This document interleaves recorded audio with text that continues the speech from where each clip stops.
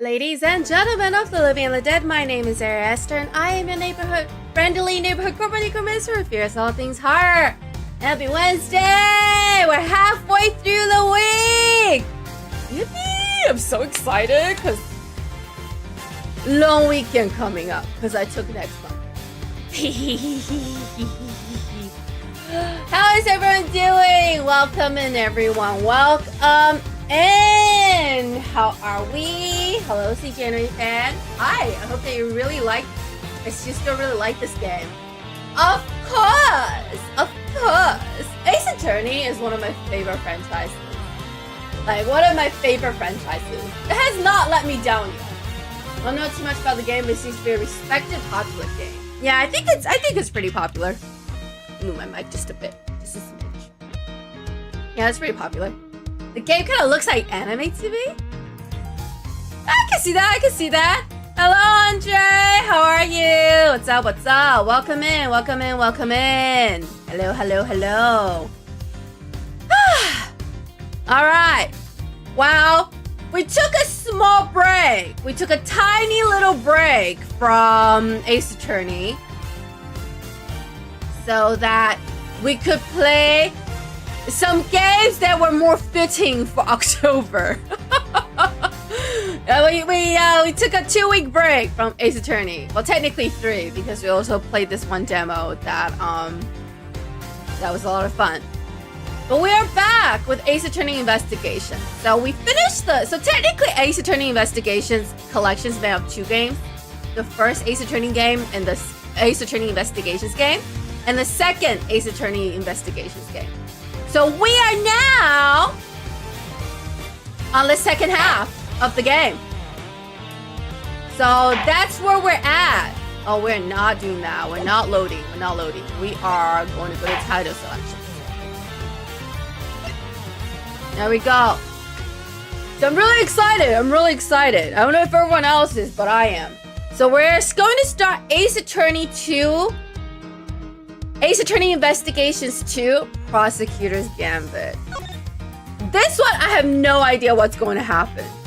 Like the last part, the first part of the game, I played a little bit of the beginning. So I knew what was up. This one, I have no idea what is happening. So we're diving right in. We're diving right in. Episode 1, Turnabout Trigger. Oh, we're in an airplane again. Here he comes! The presidential plane descends from the western skies and making its final approach and lands in something lake. Gourd Lake, I think. Just listen to that crowd. Welcome, Zangfa. Welcome, Mr. President. And now, sir, your audience awaits. Oh. We're already starting. Oh! Honored friends and allies, I'm here to deliver a message. The ODS criminals that dodged my beloved mate. I can't keep up. I can't keep up. This text is going by so fast. You have our most heartfelt gratitude. However, friends, do not forget. The battle against evil rages on. Here today, I make you this solemn promise. We shall crush the wicked with the righteous hammer or something. I did not finish reading, and now the gun's gonna go off.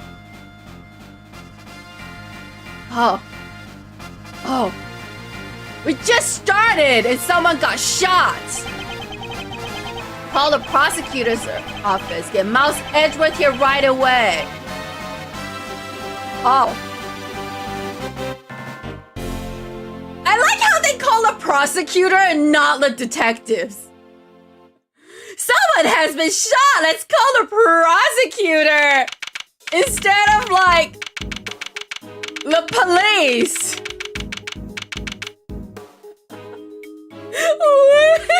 I love this game. It makes no sense whatsoever. Anyway, March 25th, 2:46 p.m. Gourd Lake Spectator Area. It's Edgeworth! He's back. The news must be halfway around the world already. After all, it's not every day an attempt is made on the life of a nation's president. Oh! Oh, that guy was the president? He looked like a lion. My name is Miles Edgeworth and I work as a prosecutor.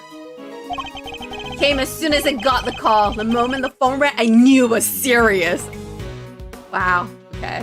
Hello, I'm Braceout. Edgeworth suiting up like he's a superhero. He's my superhero. Honestly, with the average IQ of the people in this game, I'm pretty sure he seems like a superhero.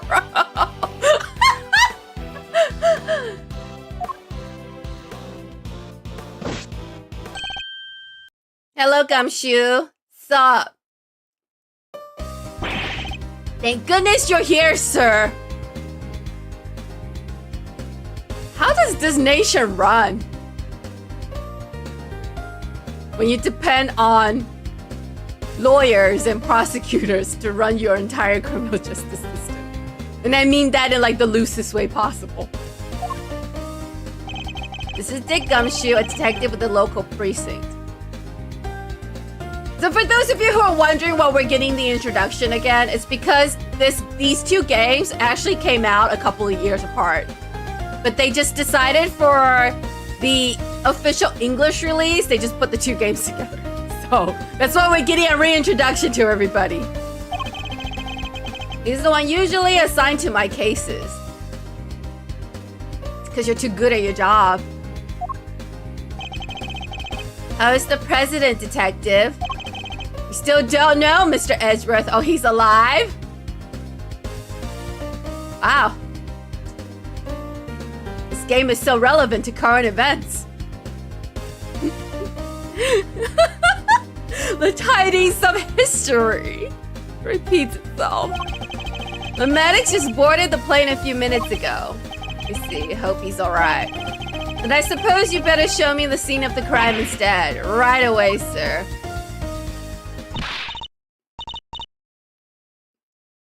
The fact that a prosecutor is called in before you even have a suspect is amazing to me. Hey, I said, hey, yeah, you Ruffles? Huh? Who's that? You're the prosecutor in charge of this case here, ain't ya? Wanna give me a first impressions? Anything strikes y'all as odd? No comment. Detective Gumshoe. With me. Wow, just like the movies.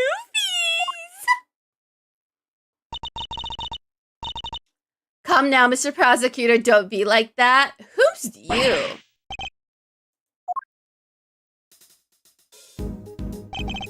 Now, detective, I'll need the facts of the case in as much detail as you can give me.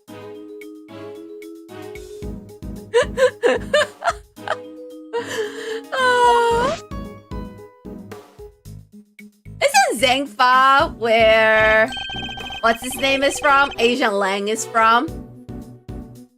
Bro, is this dude Dracula? Low-key, he looks like a vampire. He looks like a vampire and a lion had a baby. Doesn't he look like a lion and a vampire had a baby? I mean, look at those pointy ears. His mouth low-key looks like he's got fangs. And damn, you can see his six-pack through his shirt, through his suit. Bro, what the hell? You make your suit out of spandex or something? Damn. Well, the scene was right here at Gorda Lake, as you already know. A bunch of people were gathered to welcome the president of Zhangfa. Can't get over his outfit.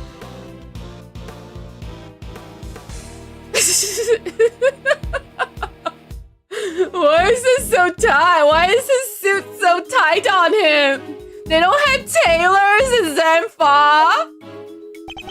Oh.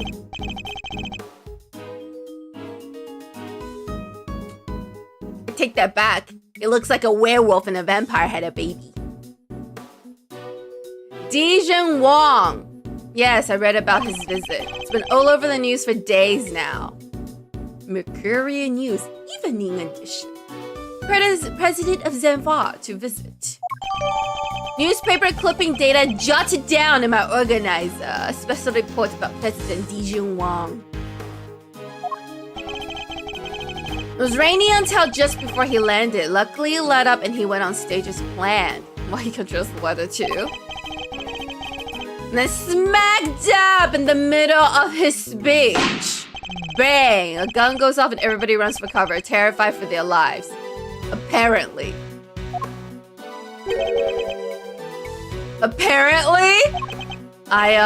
Truth is, I only just showed up myself. I don't know a whole lot more than you do, sir. You see, as reliable as always. You were summoned on short notice as well? Sure was, right in the middle of my day off. I was at the office taking advantage of my peace and quiet to prepare for my next case. And then the boss himself calls you to the scene, never a dull moment. Who's the boss? Chief prosecutor was right here in the park, saw the whole thing. Who's the chief prosecutor?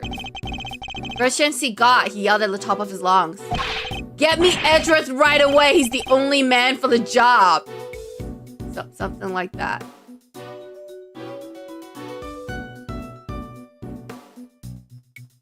Wasn't the chief of prosecutor? Wasn't the chief of prosecutor Emma's older sister? Lana? I wonder who replaced her. Let's see. They cordoned the perimeter of the park off as soon as it happened. You'll be happy to know. So our would-be assassin is still here somewhere. Good. Huh?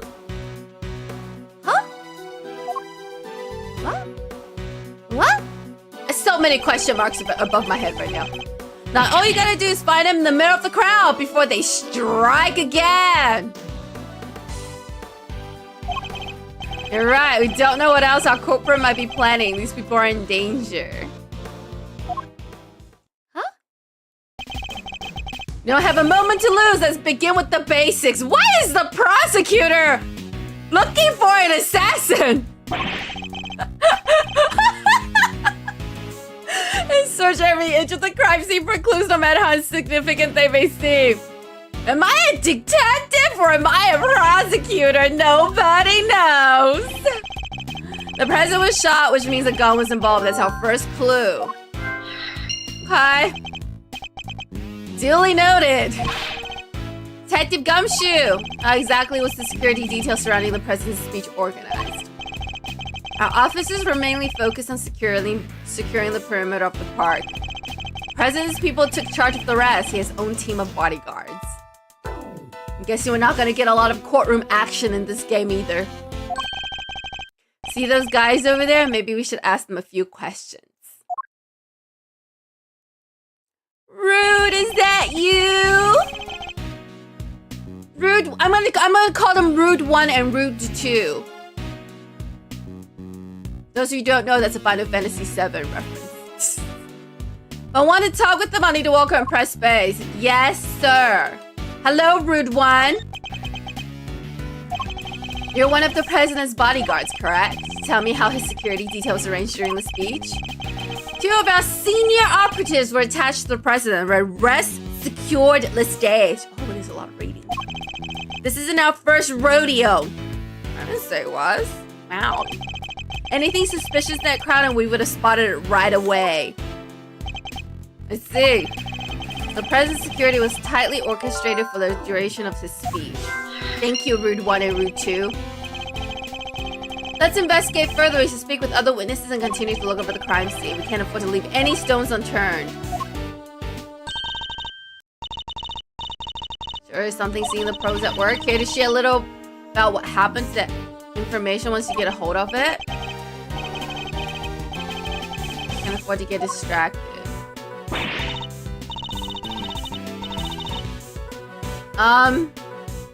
Security! Security! I need one of you to take this lady away while I work. Put all the information together and try to find connections, right?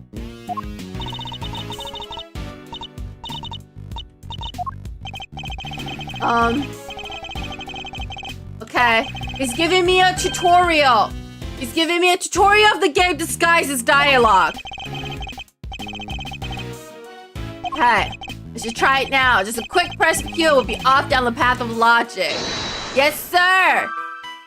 President was shot at. Connect with event security. Meow. Despite the president's tight security, the perpetrators still managed to carry out their attack. Completely undetected by a contingent of highly trained bodyguards, no less. Contingent.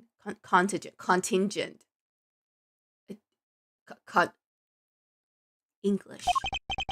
No mean feat. This would have taken some serious planning. In other words, the assassination attempt was almost certainly premeditated. I mean, yes! I would think so. All we need to do is find the right clues and make the right connections between them. Make the wrong connections, however, and we'll only wind up further from the truth. Which means I must make well-reasoned connections if I tend to draw logical conclusions. The logical conclusion would be to have detectives investigate and for prosecutors prosecute the courtroom. But then the game wouldn't be very fun. All right, let's examine everything that looks suspicious. All right. Route 2, is the president okay? We're not at liberty to share that information with local law enforcement. I see. I see. So, is he dead? Or is he still alive? I'm very curious. Alright, what's this? Oh, the Steel Samurai! It's the Steel Samurai! Warrior of Neo-Old Tokyo. Oh yeah, it doesn't matter. It truly has something for everyone. Just say you're a fan. Just admit you're a fan. Beats me why they had a Steel Samurai balloon at a welcome party for a foreign president. It's a little odd, although now that I think about it, what better here to represent our nation? This is even funnier because in the English version of the game, they're in the United States. I must scour the scene and inspect anything that catches my attention. Alright, let's start with the giant balloon. What villainy could have befallen him? Witnesses said he popped right about when the gun went off, which would strongly suggest that a bullet struck the balloon. Mayhaps. This is sacrilege. I won't rest until the Cobra has been apprehended. I see. He cares a little bit more about the Steel Samurai balloon than the president of Zhengfa. But you know what? Who can blame him? Right, what would I miss? The flag of Zhengfa. The key motive is a blazing red phoenix. Oh, not a dragon? Interesting. Oh, there's a bullet hole on the flag. I'm not talking about the beauty of the flag. I'm talking about the beauty of the flag. There's a hole in the flag. There's a hole in the flag. But Gumshoe doesn't see it because he's blind. We can lead a horse to water. Sucks though. Alright, Take that! Take that! Look closely. Do you see the hole? Yeah, there's a whole-ass bullet hole, Gumshoe. No, the burn mark around the edges. That's a bullet hole. There's no mistaking it. Bullet went through the flag. I think I've gathered enough information for the moment. Time to put the pieces together and see what we can figure out. Oh, we're already connecting the dots? Okay, Hot balloon, flag with the bullet hole. I'm so good at this game. There's a bullet hole in the flag, and it seems highly likely the balloon was popped by a bullet too. Which means 2 shots were fired. Possibly even 3. The president was shot at as well, remember? Equally, the hole in the flag and the hole in the balloon could have been made by the same bullet. What we need to know is how many gunshots there were. Oh, we've already finished the investigation. That was quick. Yes! Stop calling me Ruffles! I have a name! Care to share? Yeah, who is she? Why is she yelling at us? Security?! Robert Necker, I guess, seems pretty interested in the case. But she's obviously a reporter of some sort. We do need to speak with some witnesses to find out how many gunshots there were. Let's see if she can tell us anything. Oh. Hello? KBS. I see. Why is she... Is that a bear trap on her backpack? There you are, Tabby Lloyd at your service. Like tabloid? So clever! So clever! Tabby Lloyd for tabloid. I'm looking into the case for just for me right now, but... Miss Lloyd, there's something I'd like to ask you. Oh, but what can you tell me? Any exclusive detail you want to share? No. Hold it! What? You be quiet for a moment, I'll be asking the questions here. Can you get something juicy for your piece? No. I need to know about the shooting. Can you tell me how many gunshots you heard? I most certainly cannot. I can't just be handing out leads for free. That stops my livelihood.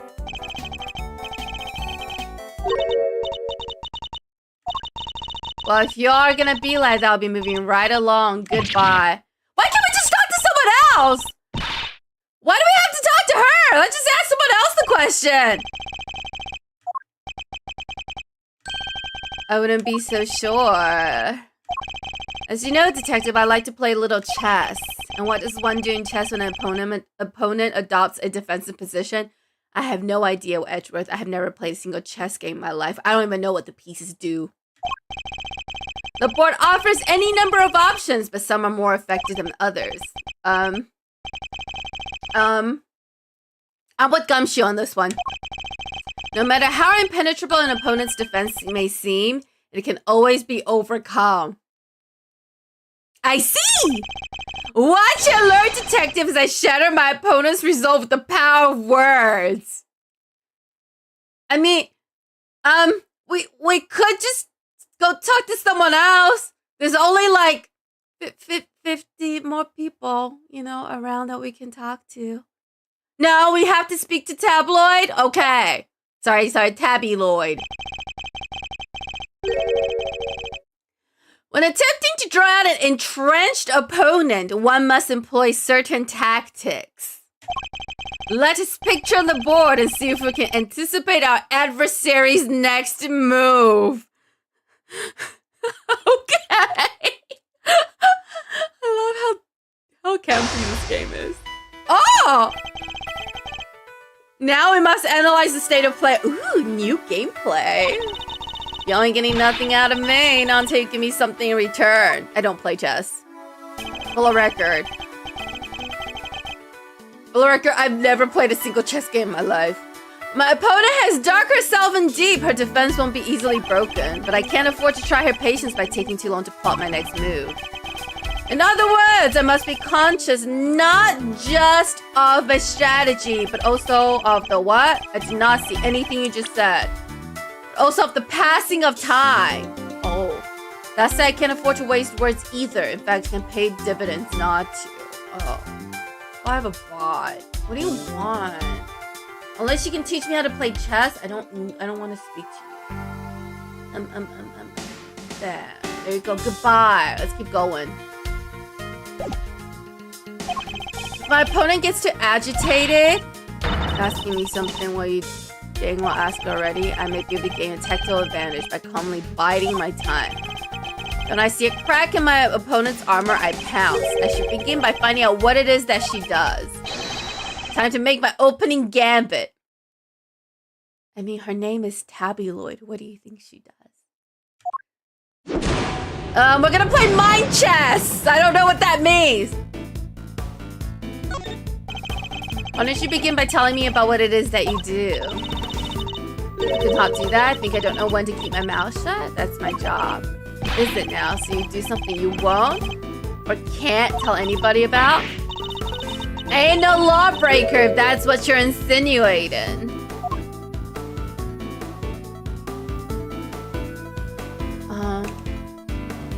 I have to...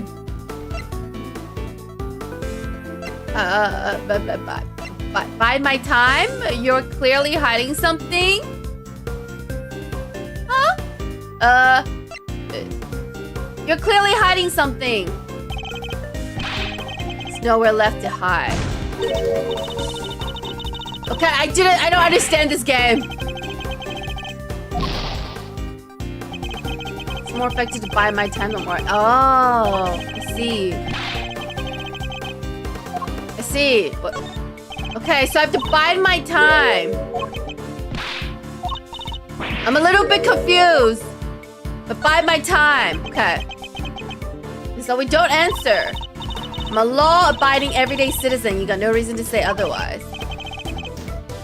Hello, souls! You're good? Got this. And here's Joe.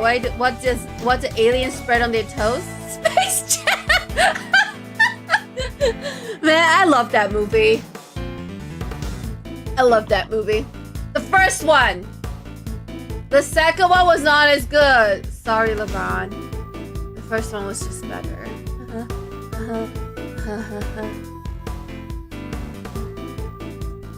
Lola's my wife. Anyway, forgive me. I meant nothing by it. If it's something you can't tell me about, I imagine it must be very important work indeed. Sure, I guess. Leastways will be ones that bag me my first big scoop. By my time. Anytime time for client treatment, you hear I'm a busy woman? Oh. I'm so confused by how this mind chess thing works. Okay. Okay, so first you bide your time, and then you go on the offense.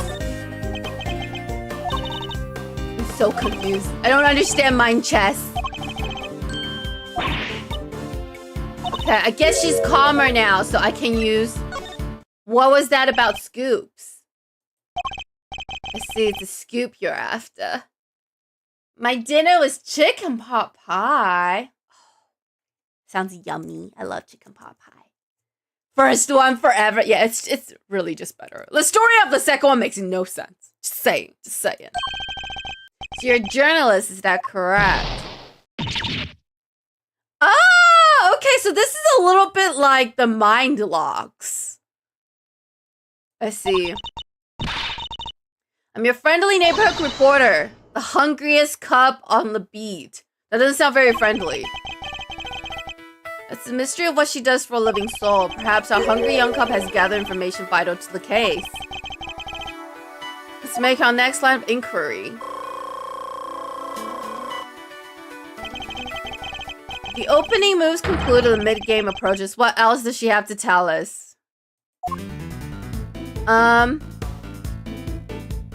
Were you at the scene of the crime?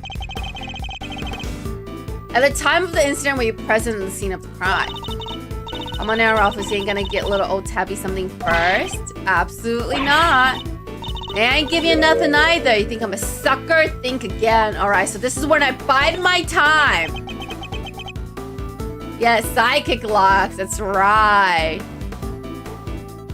Except this is a little bit harder. This is a little bit more, this is a little bit less intuitive. This is my career we're talking about, how you gotta give me something. Sadly, the more you know, the more you might find yourself in danger. I ain't scared, I'm a pro. It takes more than the sound of a little gunfire to faze me. You heard the gunfire, did you? You might be a pro, she put it, but I say you're still a little wet behind the ears. You say you heard gunfire, which proves you were here at the time of the crime. Therefore, you must have seen something. Oh! Okay, I get it now. So you bide your time until you get something in their statement that you can use. I see. Maybe. I don't know. Double day. Fine. I was here. I saw it. Came to report on the big speech. Well, not reporting on the shooting. You won't get no more out of me than that. I'm done with your tricks, Ruffles. If you report on the event, she must have made a record of some kind. A record I would very much like to get my hands on. This is quite the clue as to where to take the conversation next. Where's the record of your reporting? You got more questions. You gotta give me something first. That's the deal. We didn't make any deals. I'm just saying. Sorry, Ruffles can't help you. Ruffles? Oh, that's right. I guess she doesn't know his name. Time to deploy my clue.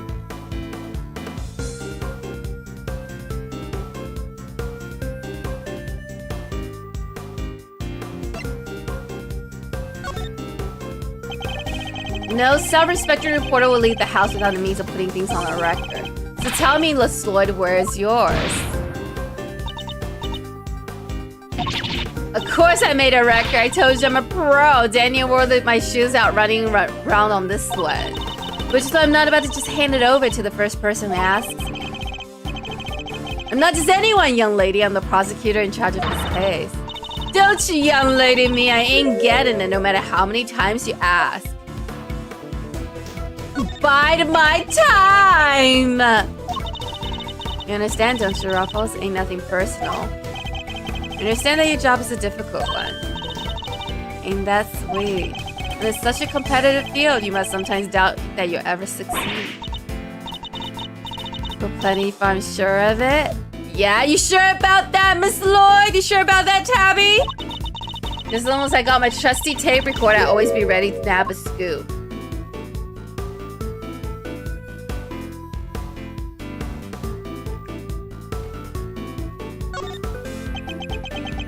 Bide my time. This ain't no time for assignment treatment. Okay, so I guess I'm supposed to ask her about it. This is very, very confusing. This is very, very confusing. Okay. Okay. No, I don't. I don't understand.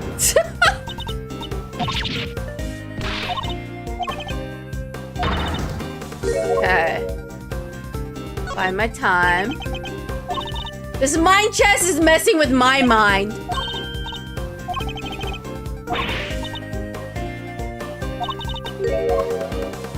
I need that tape.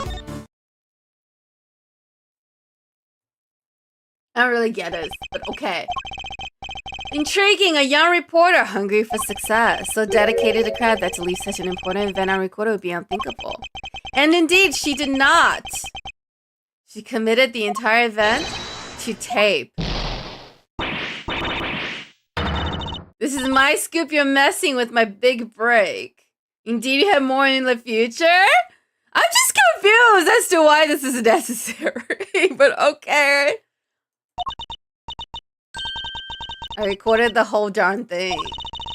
It's all right here. You got me, okay? Checkmate. Huh? Huh? Okay! I'm something else? Technically, all he did was run you around in circles. You don't actually have to put, just, okay. I'm confused because, like, technically, she doesn't have to play him the tape.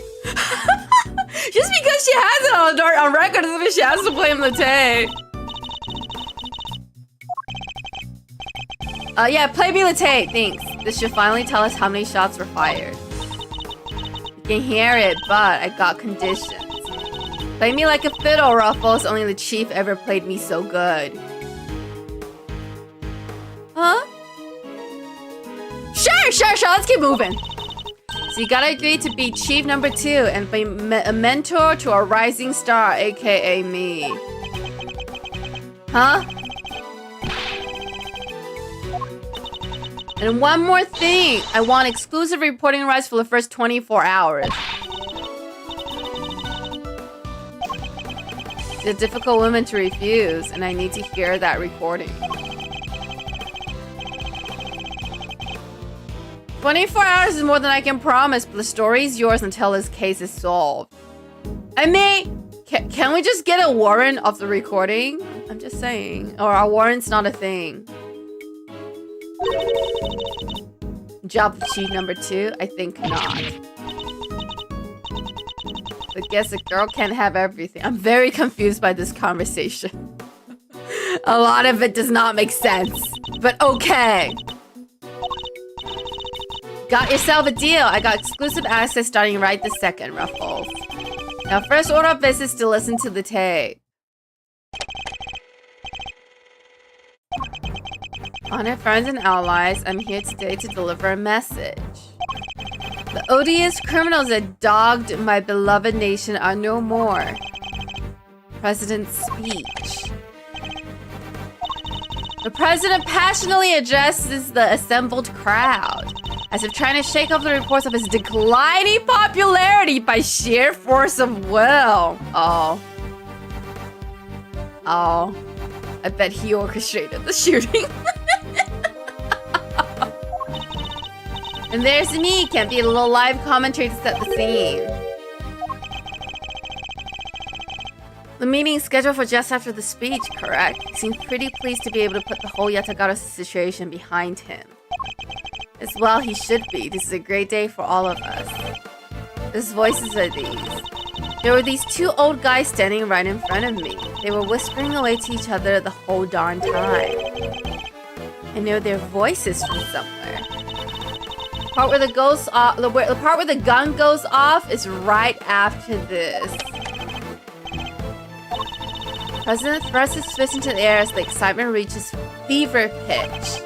The battle against evil rages on. Here today, I make you this solemn promise. We shall crush the wicked with the righteous hammer of justice.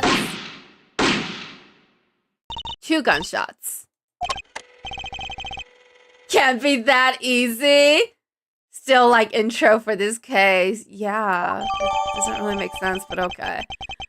Alright, 2 gunshots can be clearly heard. You wanna tell us something? I have no idea.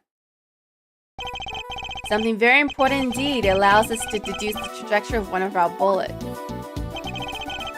One of the 2 shots fired, one hit the president, which means the other must have passed through both the flag and the balloon in that order.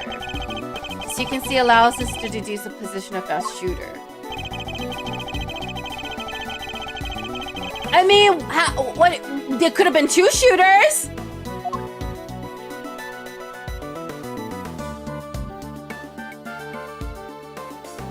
Okay, so this way.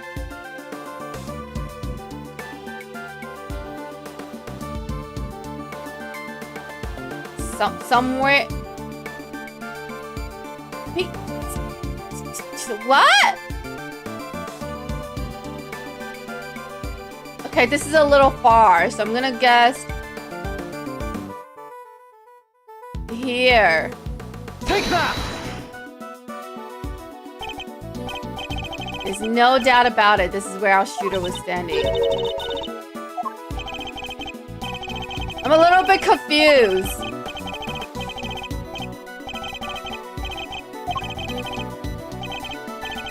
I'm a little confused. Huh? I'm a little bit confused.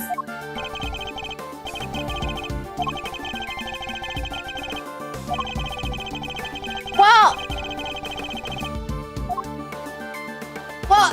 was this a straight shot? Was it a shot this way? Was it a shot that way? So this one is this way, but this, it doesn't tell me which way they're shooting from. Like, technically, I could have been these. Or I could have been standing here and I could have shot both of these. Or I could be standing here and I could shoot both of them. Unless they're saying it's here and then here?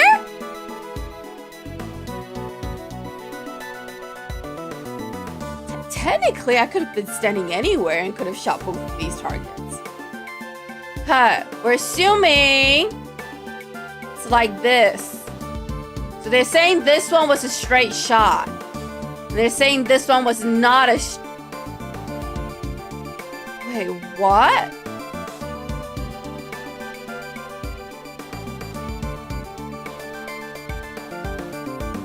Well, where did the bullet that shoot the president came from? Was it this way, or this way? Anyway, well, we know this one is this way for sure. And if they're saying this was a straight shot, then probably like here-ish? I don't know, man. Let's just go with this. I have no idea. Oh, this is not it. I'm so confused. From which angle was the president shot? From what? Wait, what? Where? From which? From which? Wait, huh?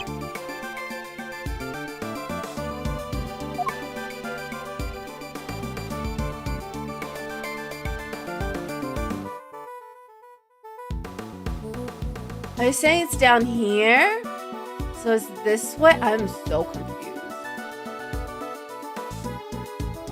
Are they saying this is the trajectory? This is the trajectory. And then...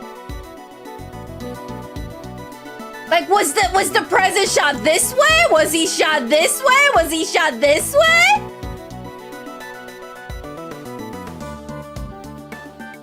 Okay, so assuming they're meaning this line is this way. So we're crossing here and then, but these doesn't even intersect.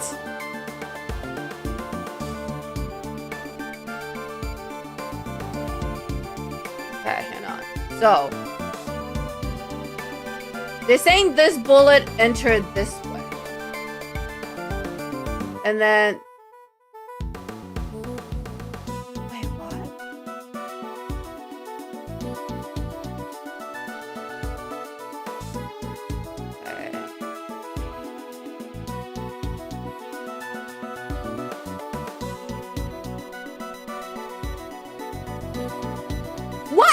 was the president shot? Hey.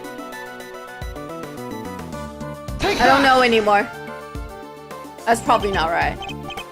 I'm gonna look this up because I'm very, very confused. I cannot tell what angle was the president shot.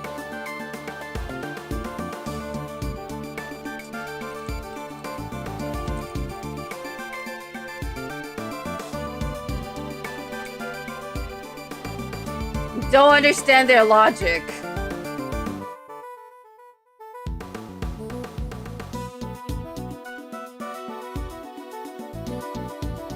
Why won't you tell me? Okay, hang on. Oh! They're saying he was shot from the left to right. It doesn't make any sense. How am I supposed to know that? How am I supposed to know that? They're saying, okay, they're saying, so here's the thing. They don't tell us from which direction the president was shot at. We only know the trajectory of this bullet. They don't actually tell you the trajectory of this bullet. But they're saying the trajectory of the bullet is this way. Even though they don't tell you. So if the president is the bullet that shot the president went that way and this way, this is the only place. But they don't tell you how the president is shot! Because technically if he was shot straight on, you could hit here, or if he was shot this way, but they don't tell you. They don't tell you.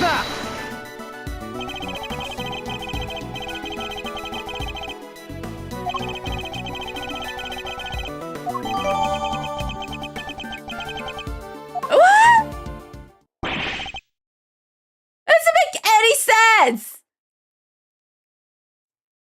But okay. They want you to figure that out. Technically, that bullet could have come from anywhere. You could have shot that from the right-hand side too. But okay. I'm not gonna get mad at tutorial. Anyway, we're gonna examine the left side of the spectator area. This doesn't make any sense. The bullet could have come on the right side too. But okay. Anyway, go do your jump, Gumshoe. Thank you. Well, evidence remains to be found may already be deteriorating, so I'll need you to be quick about it. Yes, sir. What do you want, Miss Lloyd? Y'all, let me help out. This stuff's my forte. I'm the best crowd herder you ever did see. I'll prod, pummel, and push him wherever you like. Very kind offer, but I think a less hands-on approach might be preferable.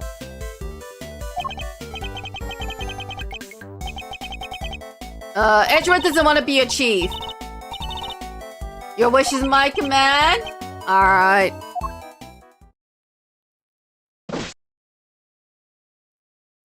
Anyway. But going by the logic of this game, I'm a little bit confused, but okay. Miss Lloyd has cleared everybody out just like that. You should just lean it. Ain't to nothing. My other cheat, that is, she sends me running twice as quick. Sounds like quite a formidable character. Perhaps you could go easy on the poor girl. Really shouldn't have. All that running around. The clothes are covered in mud. Allow me to pay for the cleaning. It's the least I can do. It's reversible. All you gotta do is switch it around. Alexander, no more dirt. Yeah. Yeah, you'll still get dirt on the inside. The president's not dead? I don't know. I'm assuming not. We're ready to get back to the investigation where you are. The crowd has trampled the entire area. We'll be lucky to find any trace of our shooter at all.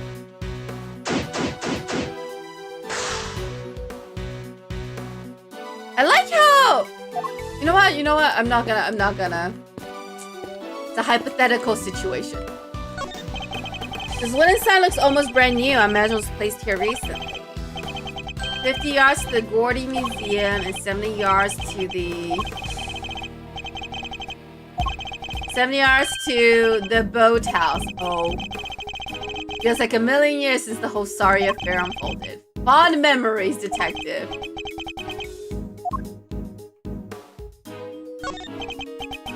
Oh, it's quite the situation, would you say, Mr. Edgeworth? Hello, Mr. Payne. It's Edgeworth never remembers him!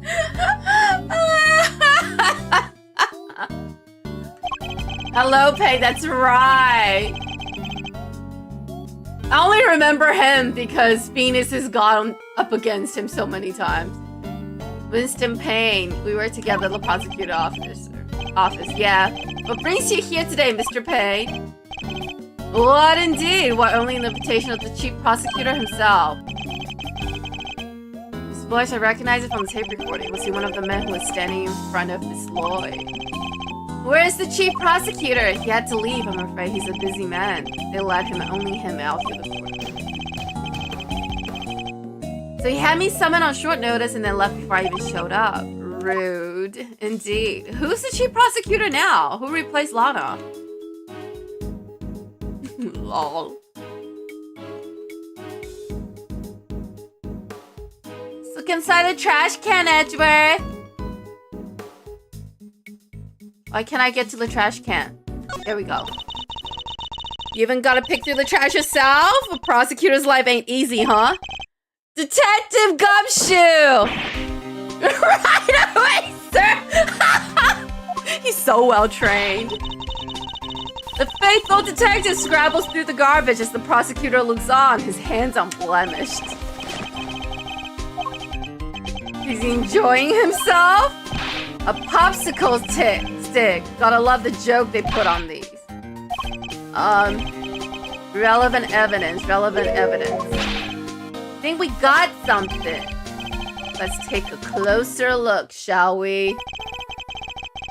By examining a piece of evidence from all angles, we can uncover hidden details.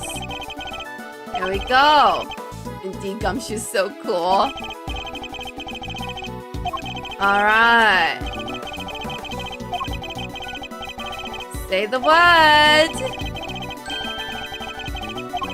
Alright, he's giving me instructions I'm not paying attention to because I'm a strong, independent woman. I do what I want. Yeah. Let's open this. Oh, looky here. A document of some kind.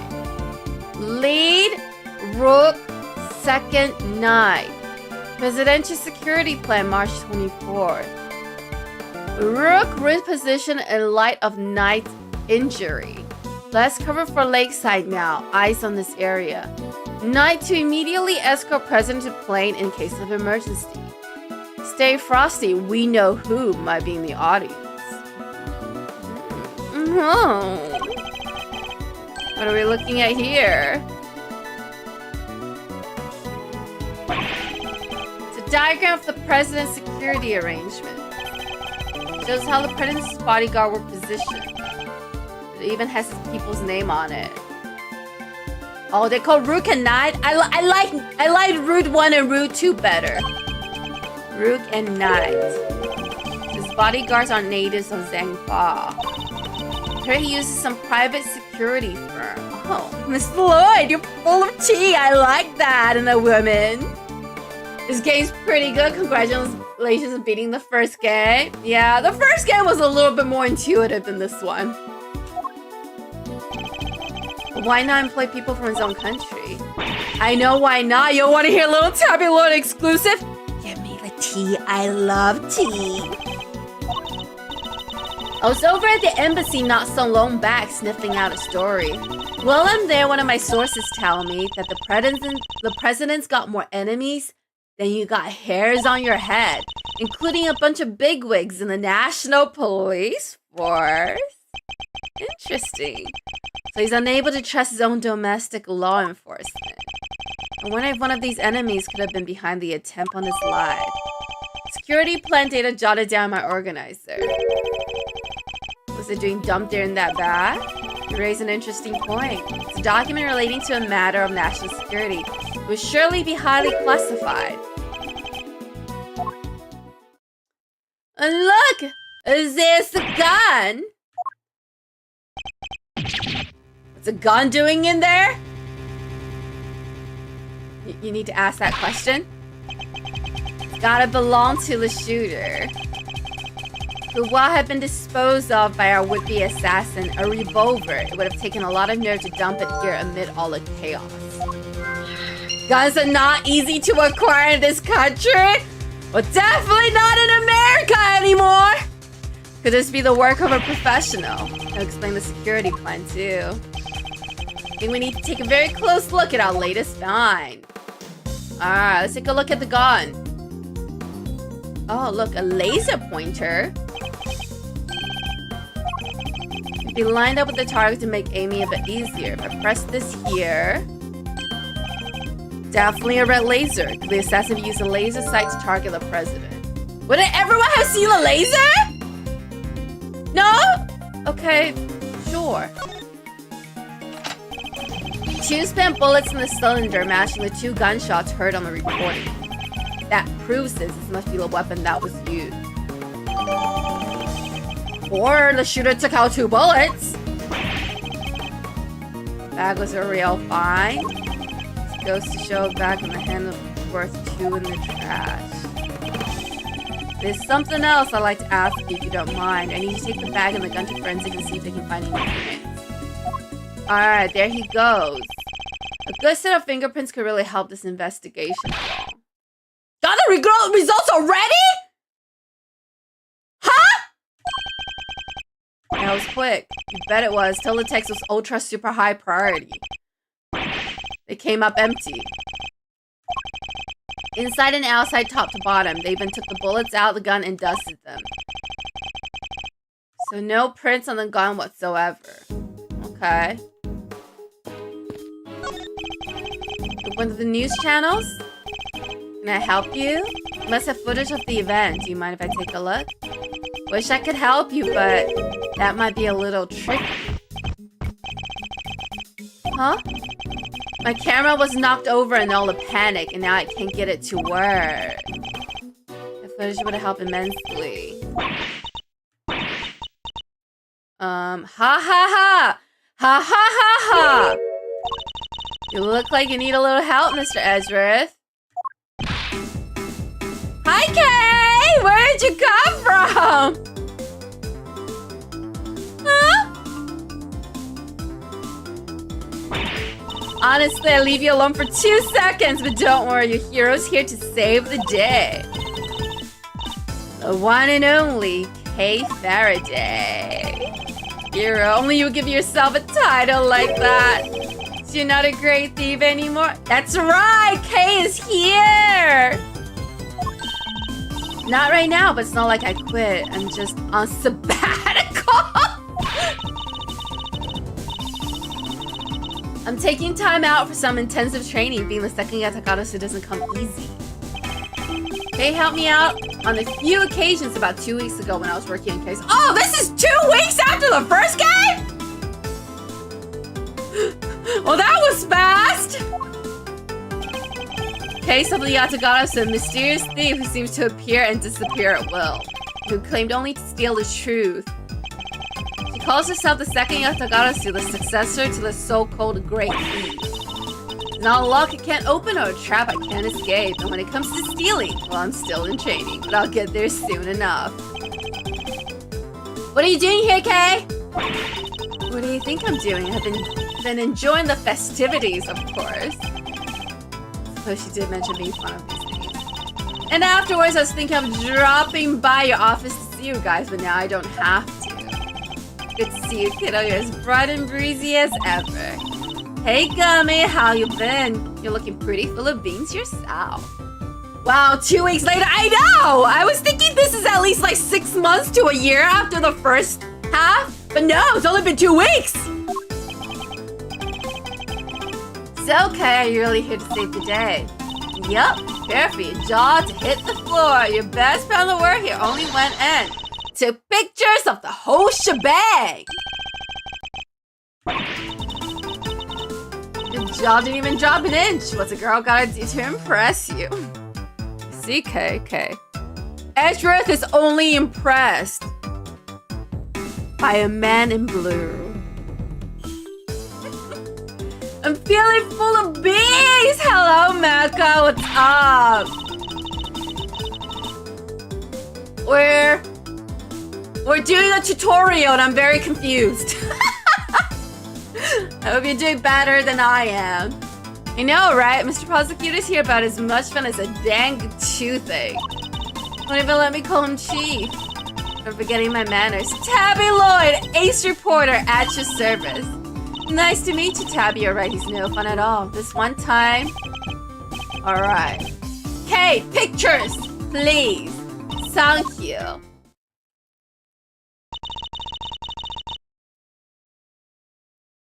Well, that doesn't look like Route 1 and Route 2 at all. I'm just saying. It's just saying.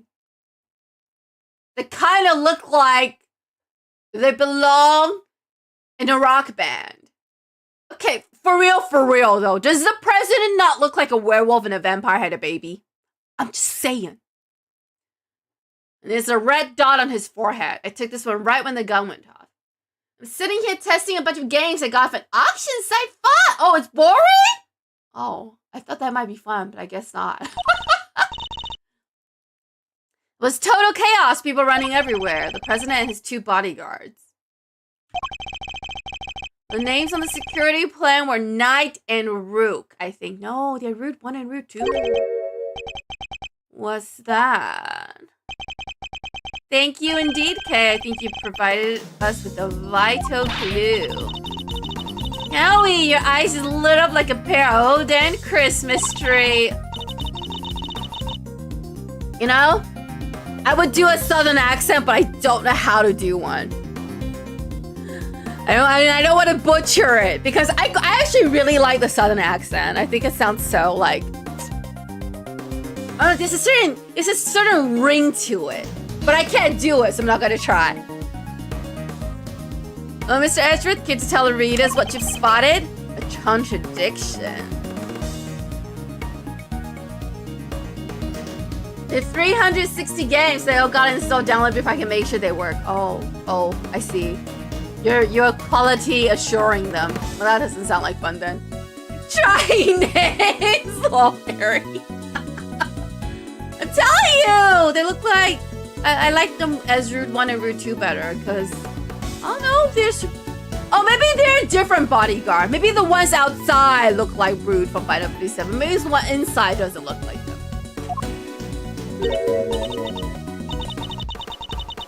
I don't see nothing straight at all.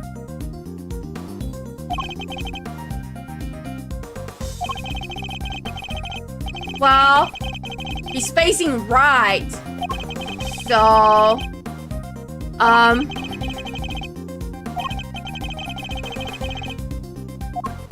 So, right here. Press T to make my deduction. Present the evidence that proves the contradiction. Bullet trajectory. It's clear contradiction here. Wait.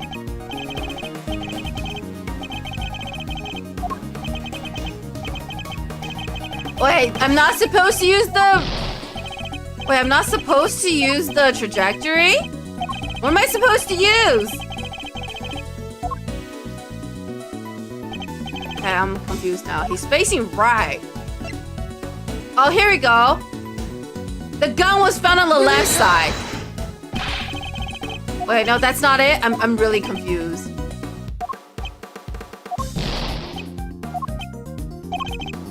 Wait, what?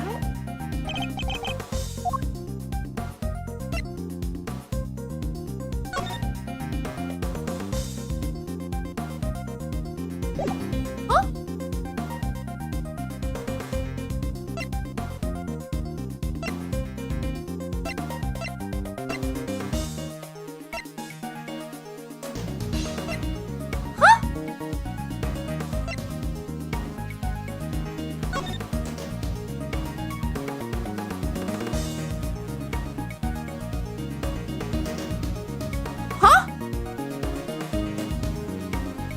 Airy thinking time? Well, I thought I got it figured out, but now I'm just confused. Then apparently not talking about the bullet trajectory, they're also not talking about the revolver.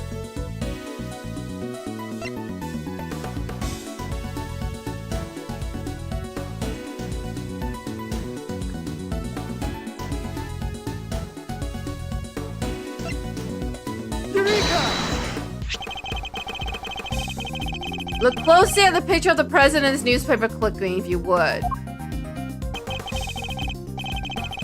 Compare the two carefully. Oh, I got 2 ahead of the game. I was 5 steps ahead.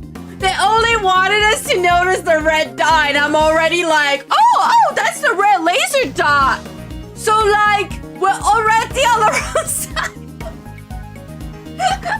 Only me. Only me. I mean, I immediately jumped to the trajectory of the bullet, but I was a little too far ahead. Something on the president's forehead, something that wasn't there in the other picture. I mean, I would assume most people don't have a red dot on their forehead. I'm just saying. Not a birthmark.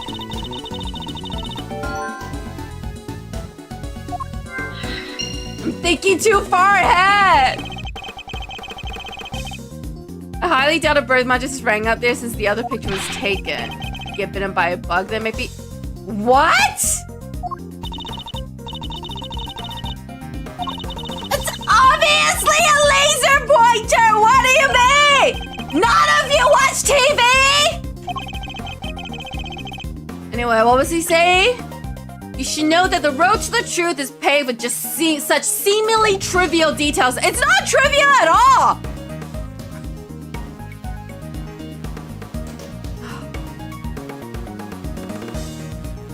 See? Just like I said, the bullet could have came from the right side. Doesn't have to come on the left side. Game! Game!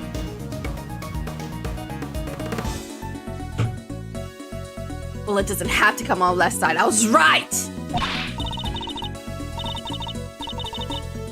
Alright, here we go.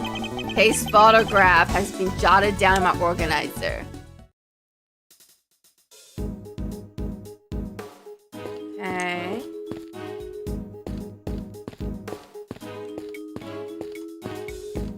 There's probably nothing else to look at. Alright, well let's...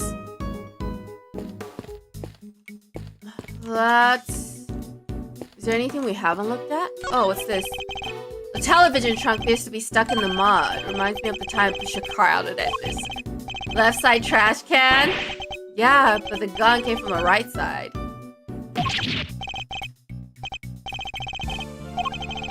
Came back though. Alright. No, you never forget about me, sir. Alright, well let's make sure that we've looked at everything. I'm pretty sure we have. I don't think she can give us anything. Unless... Oh! Say you attended today's ceremony and ordered together materials for an article of some kind? You bet I did. Ain't the kind of thing that happens every day. When did the ceremony begin? Right after the rain stopped, we got lucky. It was raining all morning before that. Anyhow, the president's plane touched down right around 1:45. The speech started at 2 on the nose. Shooting must have been around maybe about 20 minutes after. Shots rang out, tearing through air, and the only moment before had been alive with cheers. Then tragedy, the president dropped to the floor, fell by an unknown assassin's bullet. It's 2:25 p.m. March 25th. I've been reporting to you live from the scene here at Gourd Lake. See, just making some voice notes. Gotta get those ideas down the second they come into the old noggin, you know? Logic time? Yeah, after we make sure we looked at everything. I have nothing pizza left be. It's dramatic, it's emotional. It's got everything I need to write an article that puts the reader right there on the scene. The president really dropped to the floor? Officers on the scene say his bodyguards escorted him straight onto the presidential plane. Oh, so she made that part up.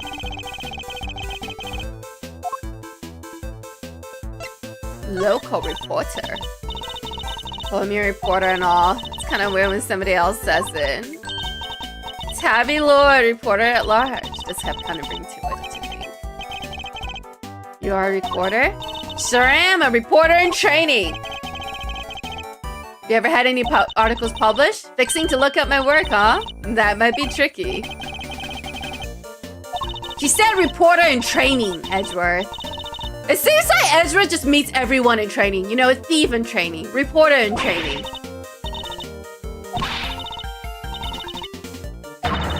You're doing great, Tabby. You're doing great. Tell me about your mentor. You know the Chief Ruffles, my mentor, my inspiration? No, but you have mentioned her repeatedly. Can't rightly say I remember. What can a reporter forget a thing like that? It's just like the chief always says. You gotta treat information as irresponsibly as you can. Huh? What kind of reporter are you? Should I hear her? You should have heard her the day she gave me this here. You should have heard her the day she gave me this here tape machine. You be sure and bag yourself the juiciest, sleaziest scoops you can now, you hear? Was she hoping you become a paparazzi? You're the kind of reporter who sees fire ending with the faintest trace of smoke. I'm the kind of reporter who puffs on the fire till the smoke about chokes you. Alright. You know anything about the balloon? Oh, no, she doesn't know anything about the balloon.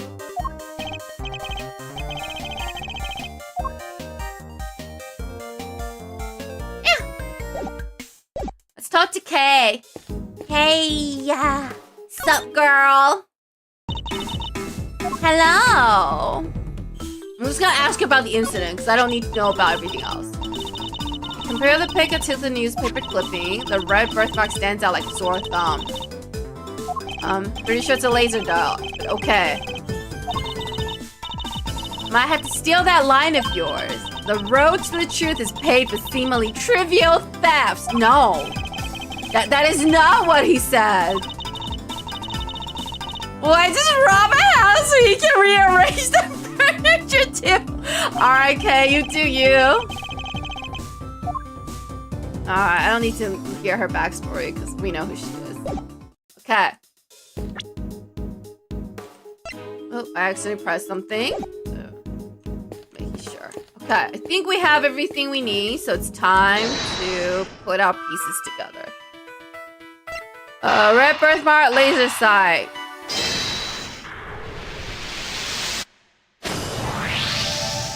There we go. I've solved the mystery of the red birthmark.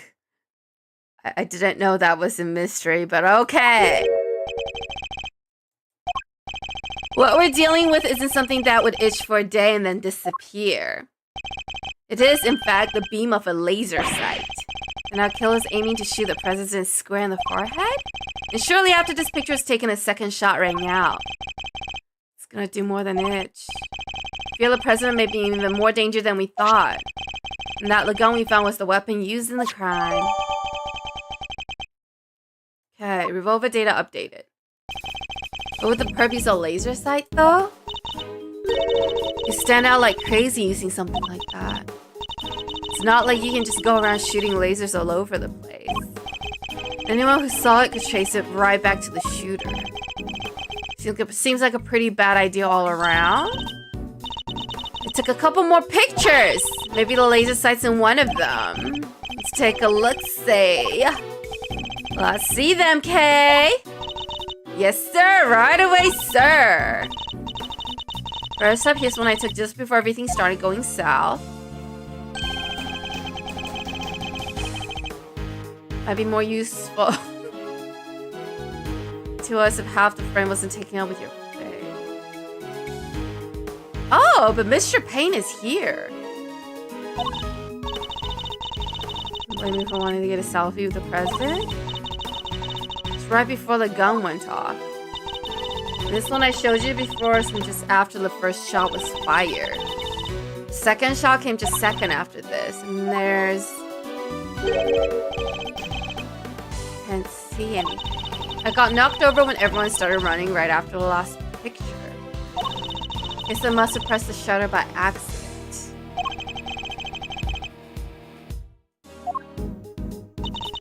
And that's all of them.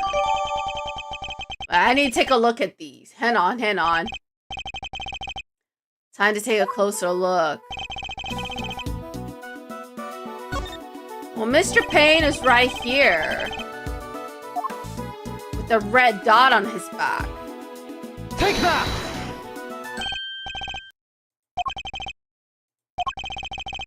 Look closely at the person with the red hood. That's our laser sight right there. So that's our perp, the one the red hood must be the shooter. Found them, and all thanks to yours truly. Who led us right to the great treasure of all, Miss Great Thief, the Truth. And I've captured a would-be assassin in one of your other pictures too. Let's take another look. A red hooded suspect could be in another picture. Another one of these photographs. Take a look one after the shooting.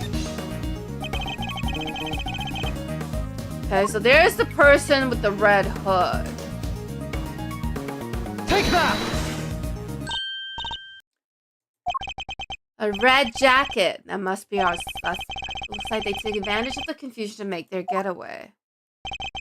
Luckily, we can see exactly where they were headed. The samurai dog stand. Which which means they escape towards the right-hand side of the spectator area. Detective Gumshoe! Consider it cleared, sir. Counting on you.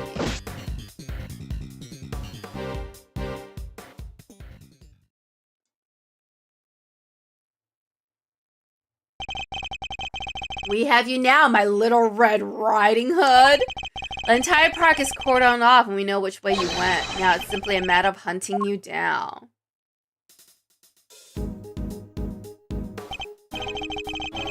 Let us continue our investigation.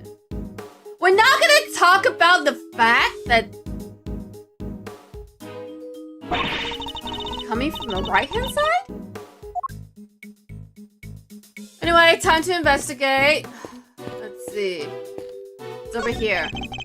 The banner advertising the rifle range has fallen over. It must have been knocked down in the crush. It's covering footprints too. The crowd must have really panicked. Know where I can buy one of these? Why would you wish to? Don't tell me you're thinking of writing Gumshoe on it and wearing it on your back.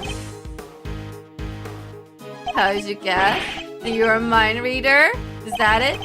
Patient, Eri? I am the least patient person when it comes to games.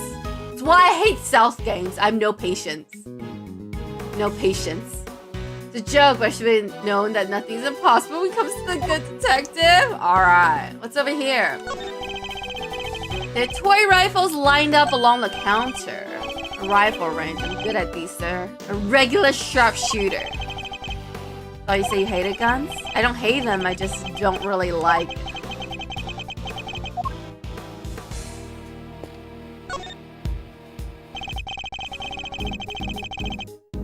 Alright, well, here's the red jacket. Here we go. Here's the red jacket under the stand. A red raincoat. This must be the one the suspect was wearing. They must have taken it off and hidden under there before they made their escape. Red raincoat seemingly discarded by the person in the red hood found under the samurai dog stand. Red raincoat data jotted down by organizer. Yeah, I bet you like Tetris game? I do like Tetris. That is indeed true. Oh, what's this? A red button. Seems like it was torn from something found near the samurai dog stand. Alright. They've been dropped by a red hooded suspect. Certain seems likely. Probably tore off on the sleeve. Oh, they were taking it off. It's a filmy looking food stand made of plywood and it sells samurai dog. We got $1.50 if you know. You're not actually suggest I subsidize you eating on the job? Maybe when we're done. Fine, when we have finished investigating, you can have one and only one, understood? Yes, you can have one! Edgeworth treats Gumshoe like a dog. Like, not in a mean way, but...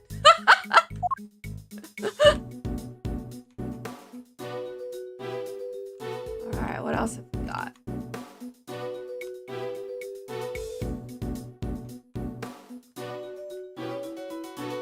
Is that everything? The sleeves, it's inside out. The button's missing too. I mean, I figured that much out already. Okay. Says samurai dogs, now with sakura relish, just in time for spring. What does that taste like? No idea. Sakura's cherry blossom, so I guess maybe cherries? No! No! Yeah, blossoms are blossoms and cherries are cherries. They're totally different things. Yeah. You know? What people... There's always like sakura flavor things in Japan. And I can't for the life of me tell you what the sakura tastes like. It's just like sweet. Every time you get like a sakura flavored something, I'm like, it doesn't really... It's just sweet. I can't tell you what it tastes like. Okay, I think that's everything. Alright, well, let's put the sleeve and the raincoat button together.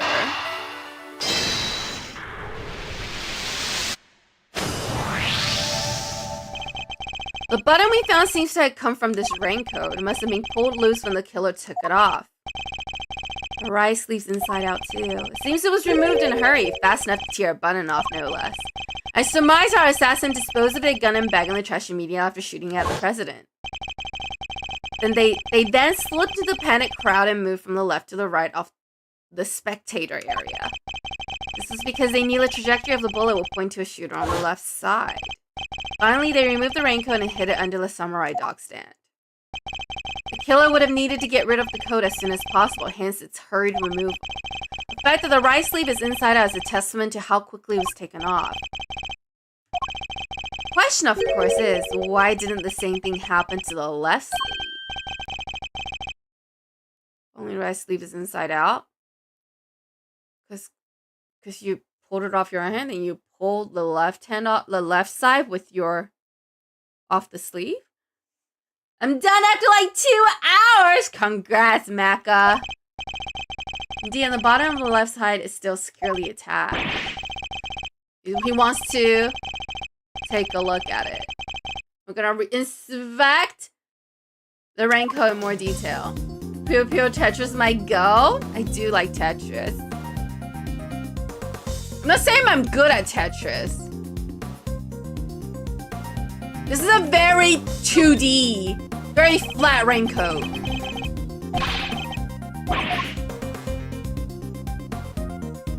Oh, there's blood inside the jacket? Consider where this is located. I say the blood belongs to our would-be assassin. So looking for someone with an injury. Not just any injury, detective. Injury on their left arm. Simple, the right sleeve is inside out, suggesting that the suspect removed the raincoat in a hurry. Conversely, left sleeve is just as we would expect it to be. Therefore, the suspect's left arm was never in the sleeve in the first place. And once we understand that, everything else falls into place. Sure! Now, detective, there's a bloodstain on the left side lining up the raincoat because the suspect's arm was too injured to fit through the sleeve. At least we can say that there's a good probability that was the case. Okay, I will concede that's a possibility. Red raincoat data updated in my organizer. Pieces are starting to fall into place. Investigation complete. Ezra says that, but I have no idea what's going on. Detective Gunch, I need to go and search the crowd for likely suspects. Suspicious characters with injured left arms coming right up. You've been smarter than you look, Ruffles? So taking all them itty bitty pieces and putting them together like that, you'll have your men in no time. Park is still cordoned off, so our would-be assassin should be in the crowd somewhere. Don't let me down, Detective Gumshoe. March 25th, 3:27 p.m. Gourd Lake, spectator area. Mr. Edgeworth, we found someone who fits the bill perfectly, sir. It's a little soon to be jumping to conclusions. Facts. For the moment, they're a person of interest and nothing more. Understood? He's that shooter, so I'm sure of it. He's the guy who tried to take out the president. What did I just say? What did I just say? Did I just tell you? He's a person of interest and not yet a suspect? In broad daylight, surrounded by a crowd of witnesses, there's no ordinary assassin. Bring him over here, detective, carefully. Yes, sir. Come on, boys. You heard Mr. Edgeworth.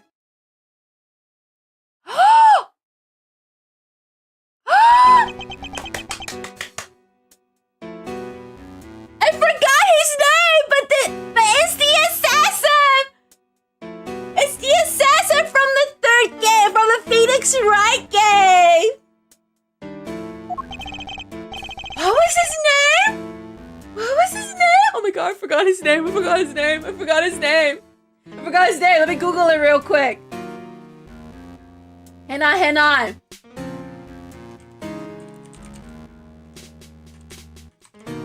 What's his name?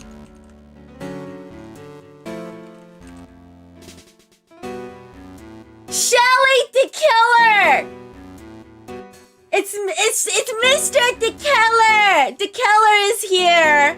Long time no see, Mr. The Killer! The Killer, I really liked him. I thought he was funny. I thought he was a good character. No umbrella and a bandaged left arm. Well, pal, state your name already. Doe. John Doe. Oh, hang on. Gotta do a British accent for him.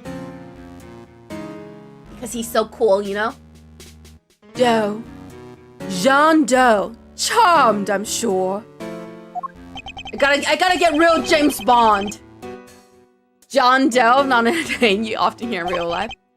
That's correct. I know this man from somewhere, I'm sure of it. And you are Prosecutor Edgeworth. You know my name? Of course. I have been following the day's developments with some interest. This music is so jazzy! I like. Now, perhaps you can't explain why you asked to speak with me. Sorry, my British accent's really bad, so just, you know, just pretend it's good.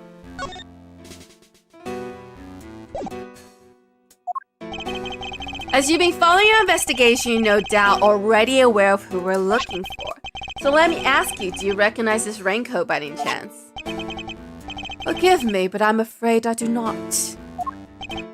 I see. Well, I believe its owner to be the would-be assassin we are seeking.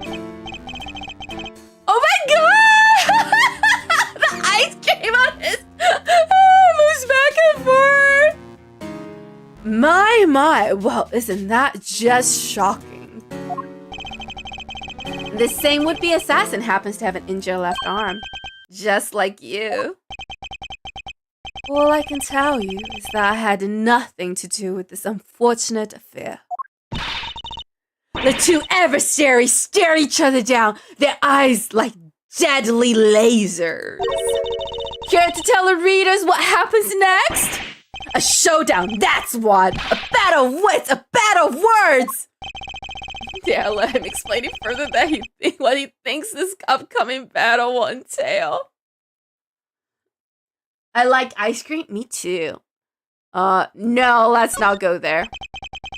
Detective Gunshift quite finished leaking my professional strategies to the press. You know what I want right now?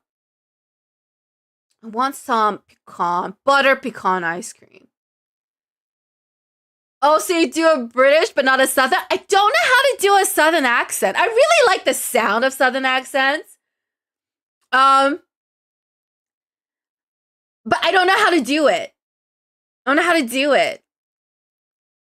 I don't know how to do a Southern accent. But I really like it. I think it sounds so like... There's a sort of ringed Southern accent that I really like, but I don't know how to do it for the life of me. My British accent is pretty bad too, so as you can tell, I'm very bad at accents. Save your money and buy ice cream? Oh, I shouldn't eat ice cream. I'm really bad. I can eat like a whole, like half a gallon of ice cream in one sitting by myself. I'm kind of Southern, so I can tell you whether it's good or not. Yeah, I'm not even gonna try. I don't even know where to begin. I just really like this little ring of Southern accents. I like it when movies have like a Southern belle. I'm always like, oh, that's so smooth. It's so charming. Things that would never be used to, words that would never be used to describe me. Just eat a pint. Oh, I easily eat a pint or half a gallon by myself. I'm a bottomless pit when it comes to ice cream. Yes, sir. Sorry, sir. As you should be, Gumshoe. Thanks a bunch of big old grouch, as if it would have done any harm. It would. Oh! Dose deposition. Oh, we're using big words. Oh, he has his shells on him.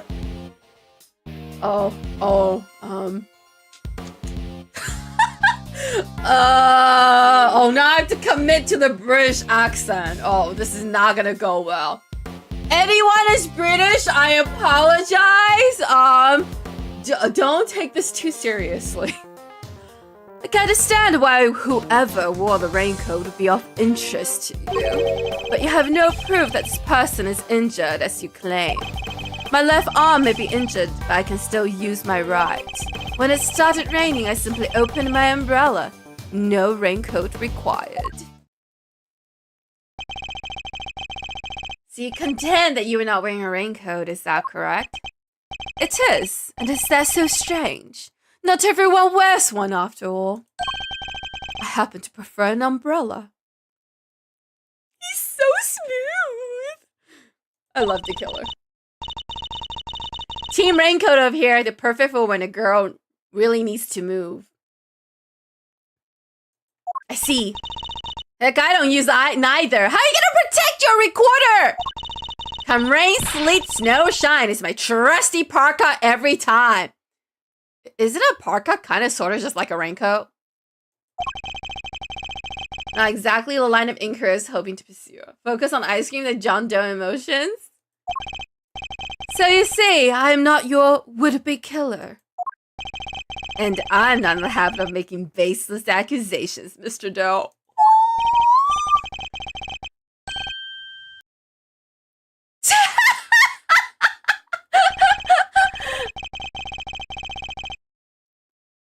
Forgive me, my wound seems to have begun bleeding again in all the excitement. Oh, he says he's claiming to be an ice cream seller. I see. The owner of the raincoat is definitely our assassin. Said owner also had an injured left arm. I'm on to you, Mr. Doe. It's only a matter of time.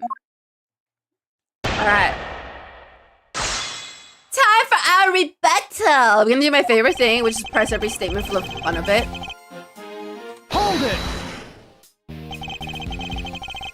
So you admit that whoever wore the raincoat is a person of interest? I know they are. I was able to follow most of your investigation from the spectator area. One never thinks one could get caught up in such an awful thing as an assassination. Says the assassin for hire. Hello, Sam? Sam? I don't know why it took me so long to put the 3 letters together. What's good? With face of the killer. I love him. Hold it! I'm gonna press every statement because I can. So you'd like to see some proof that the owner of the raincoat has an injury? I would certainly expect such a renowned prosecutor to have some. Still don't understand how you know who I am. Mr. Edgeworth. Oh, but Edgeworth has never met the killer. He's only talked to him on the phone. That's right. I have also been observing you and your work, lest you forget. I don't believe a word he says. If I can prove he's lying, we'll be one step closer to apprehending our shooter. I kind of already know where this is going, but I'm gonna press everything for funsies because it's fun. This is why this takes me 5 times the time to play this game. It looks like quite a serious injury, Mr. Doe. How long ago did it happen exactly? Oh, not long. So you're going to say I'm the subject? He's British, okay? Well, it suddenly made serving ice cream more difficult and stopped me from holding my umbrella while at work. Mr. I simply opened my umbrella, no raincoat required. Hold it! It's first time meeting in person, yeah. But I'm sure the killer has done his research on Edgeworth after the incident. And yet you don't seem to have an umbrella on you at the moment. Didn't the rain stop only a short while ago, just before the shooting? Indeed! I remember, because I was suddenly inundated with customers. That was less than an hour ago. Are you trying to tell me you lost your umbrella in that short span of time? Yes, that is exactly what I'm trying to tell you. After all, it only takes a moment for someone to steal an umbrella, especially in a crowd of that size.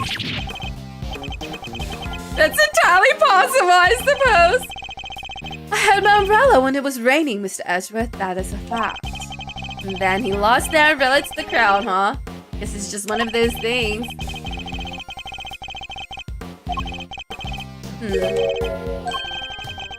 Assassin's left arm is injured.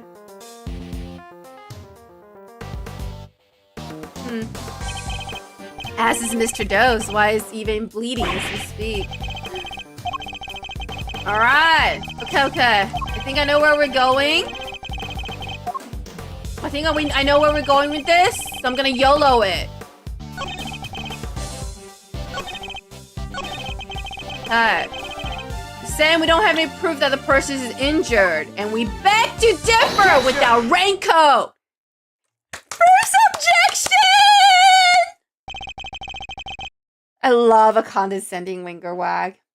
You seem like a careful man, Mr. Doe, but not quite careful enough. After all, you left something behind, something of vital importance. I'm afraid you must have confused me with somebody else. The coat does not belong to me. Or do you claim to have some kind of proof to support your accusation? Your arm isn't troubling you too much, I hope. Your wound seems to be bleeding again. I'll survive, although I can't pretend it's not something of an inconvenience. You have my deepest sympathy, because if it wasn't bleeding quite so badly, you could have perhaps made a clean getaway. What exactly are you insinuating? As we have already established, whoever wore the raincoat is injured. And now I can prove that person was you, with this decisive piece of evidence. Oh no! His ice cream is melting! His ice cream is melting! You see, Mr. Doe, there's a small amount of blood on the inside of his raincoat. Blood that belongs to our assassin.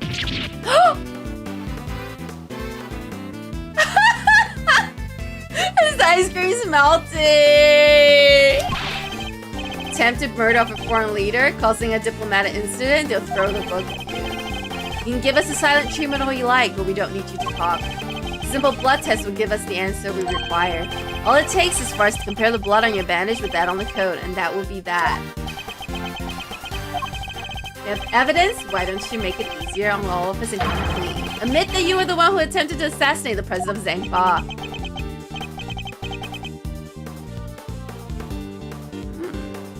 I am not your assassin.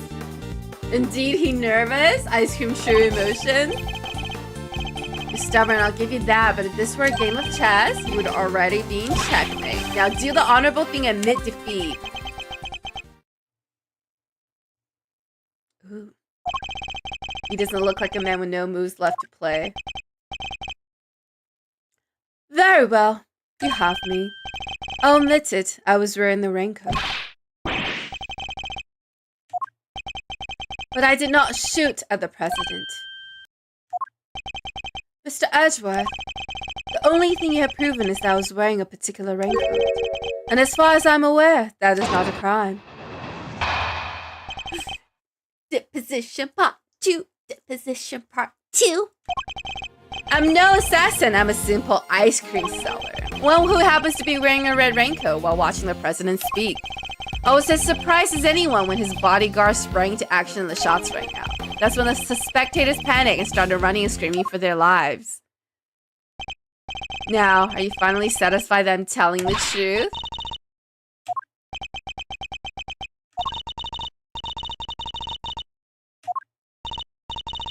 Look, it's right there, plain as day. The assassin, and they're wearing a red raincoat. Intriguing, but that is not me. I mean, it's true. Tell me, Mr. Ezra, do you really think I was the only one in the entire park wearing a red raincoat today? I do, actually. But then why? Why does he seem so sure of himself?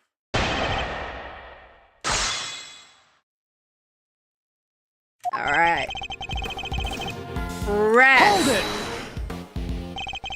A simple ice cream seller, but a knowledgeable one, I assume. On the subject of ice cream, at least. But of course, ask me anything you wish. Ezra doesn't have anything to ask because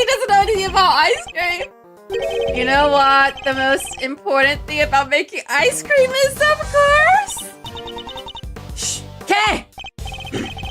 Why the most important thing about making ice cream is to approach it with a virtuous heart. And what does virtue have to do with anything? Without proper reference for the craft, I'm afraid all you'll ever make are sweetened crystals of ice. There, I hope that you now see I'm nothing more than an ice cream seller. Alright, let's press him about the red raincoat. Why raincoat? Why are you not using your umbrella? Is that so strange? It was a rainy morning. Most people were wearing a jacket of some kind. It's a pretty strange choice considering you couldn't get one of your arms into it. Better than having one of my hands occupied by an umbrella. I had ice cream to serve, after all. Then why go to such length to avoid testifying to that effect in the first place? Forgive me. Simply hadn't remembered until now. It's been an eventful day after all. But I hardly know what else to call it, Mr. Edgeworth. The person of Zhangfar was shot at. Let's press him about the bodyguard. So you saw the bodyguards move before you heard the gunshot. Yes, if I recall correctly, they moved first. At least the one on the left did. You're rather observant, Mr. Doe. I am blessed with pink eyes. The names of the bodyguards were written in the top left corner of the security plan.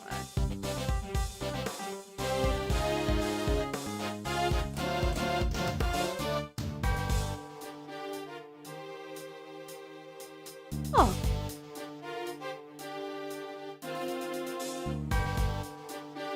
Nice injury. One on the left was Rook. That's correct. Bastian Rook, I believe. I expect he noticed the light from a laser sight. The man is no amateur. Mr. Doe knows a little too much about the business of being a bodyguard from my liking. I wonder if he's one of the bodyguards. I see our friend here is no amateur either. Alright, so he's gonna pen his statement. Hold it! How does he know his name? And the left is the first to move. By the smallest fraction, yes, he reacted admirably swiftly. His name was Bastian Rook, did you say?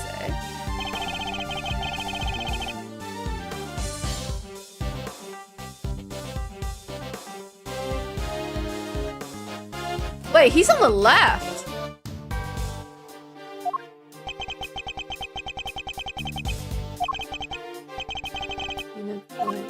Wait.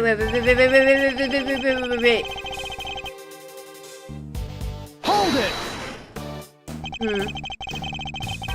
You didn't start running and screaming? I was hardly in a position to. And what position were you in? One of extreme pain. Somebody bumped right into my wounded arm. Hard. It was excruciating. I thought my eyes would pop out of my head. Clearly didn't. Of course they didn't, kid. In the event, the shooter was wearing a red raincoat. I have photographic proof of that. Yeah.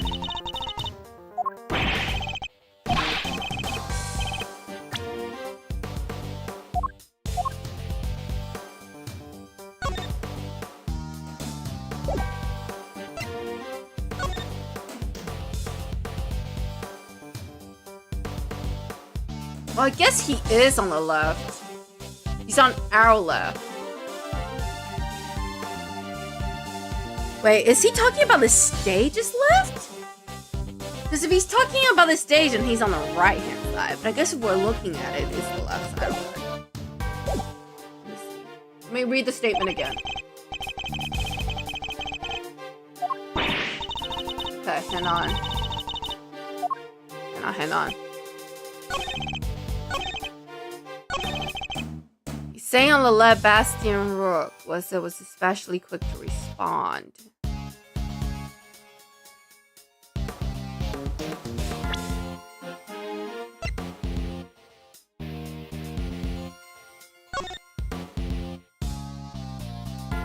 Rook repositioned in light of Knight's injury, so he shouldn't be on the left anymore, he should be on the right.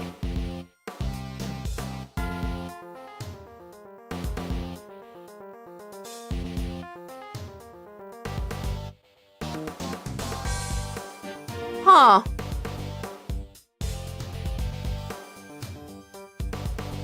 Rook repositioned. So he should be on this side now. I don't know. I'm going with it. I don't know if it's right or wrong. Ooh, we got a condescending shrug. As I suspected, you're more than what you claim to be, Mr. Doe. You overestimate me, Mr. Edgeworth. Then tell me how a simple ice cream seller knows one of the presidential bodyguard's names. What?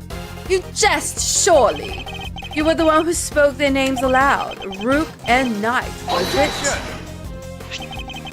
We only know those names thanks to the security plan. But look closely, only their surnames appear. Oh.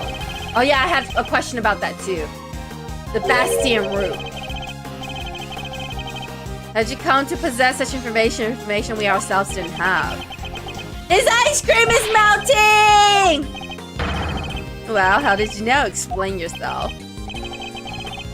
It was merely a slip of the tongue. Oh no, his ice cream's angry! I did know their names, yes, and the reason for that is... I know Mr. Rook. He and I are acquainted. We have something of a connection. And his name... And his is the name I could never forget. His ice cream's angry. I'm not lying, I am, as I have always been. A simple ice cream seller. And an acquaintance of Bastian Rook. Yeah. And I suppose Mr. Rook will confirm that? It should be easy enough for him to remember his good friend, the slippery ice cream seller, correct? Please, you're more than welcome to ask him, although I think that might be difficult right now. I would imagine he's rather busy ensuring the president's safety. But suppose you are able to speak with him, and he does deny that he and I are acquainted. How would that help you prove I was the shooter? If you weren't the shooter, why take off your raincoat? Because it was no longer raining. In fact, it had grown quite warm. Far better to let my wound breathe, you know? Or would you rather I had let it fester? Is he actually gonna warm his way out of this?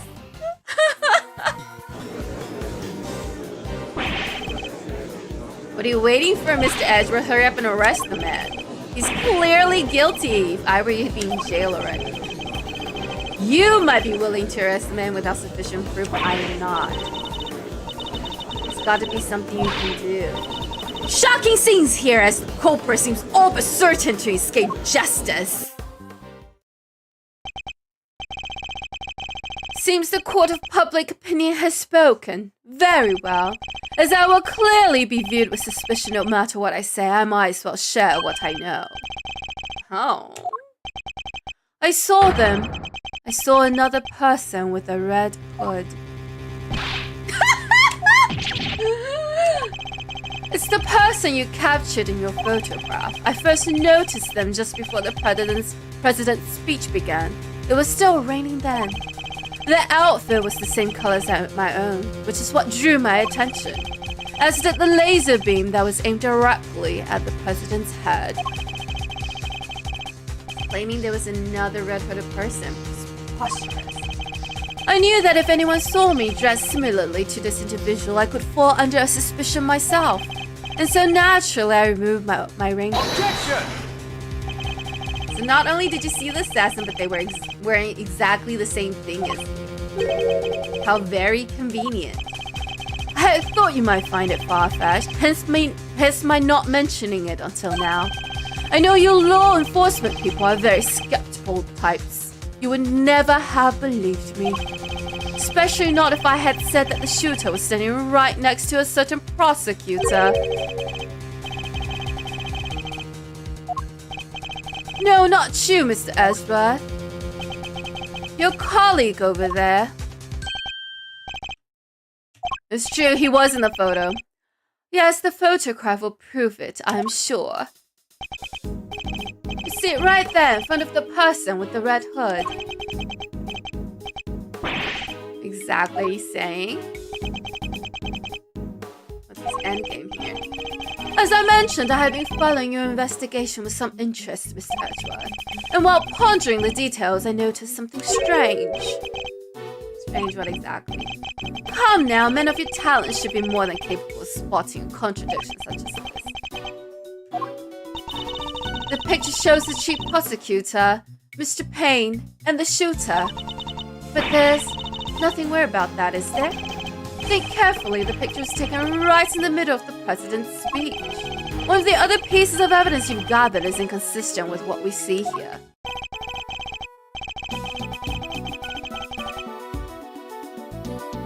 Okay.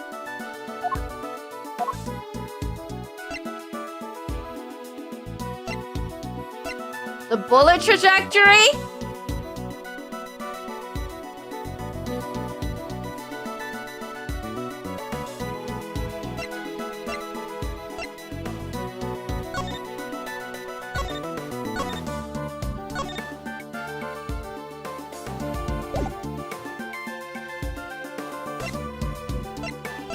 Take that!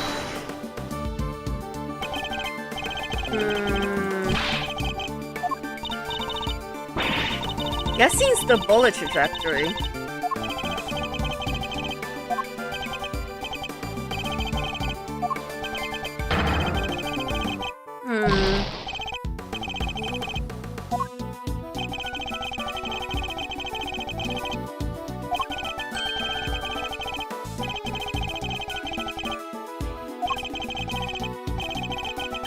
Oh!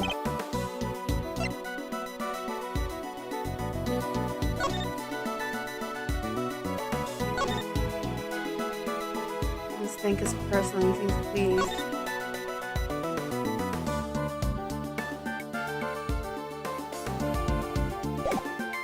Is he talking about the recording? Take that!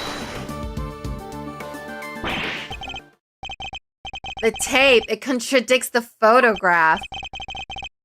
Ah, so you have noticed at last. Someone's missing, someone who should be here.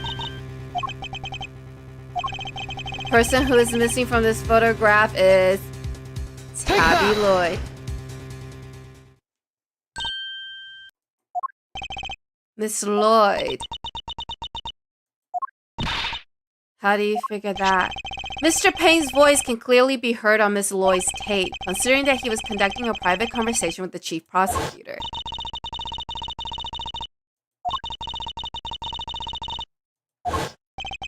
She must have been very close indeed to capture it on tape. She's not in the picture. Or is she? Precisely, well, Mr. Ashworth, do you still believe that you have been hounding the right person? Miss Lloyd, would you mind answering a few questions? I just noticed the inside of her jacket is red. Oh yeah, we're fixing to put you under a microscope now. Knock yourselves out, got nothing to hide. But the inside of your Parker is red. It ain't like I was standing still the whole time. No, I was running all over, roving reporter style, and that was a big crowd. Guess the picture must have been taken while I was in one spot and the tapes from when I was in another. So quit giving me the evil eye, ain't nothing but a misunderstanding. There's no doubt about the voices on the tape. That was Mr. Payne and the chief prosecutor. I'm certain of it. Tabby wouldn't lie to us. I know she wouldn't. But if she did, that would mean that she's all perp. Or y'all quit messing with me as if I could have done a thing like that, little old me. I might be inclined to believe you if your testimony didn't contain glaring inconsistency. Oh. Alright. I'm not sure where Edgeworth is going with the testimony, but let's take a closer look. Hold it!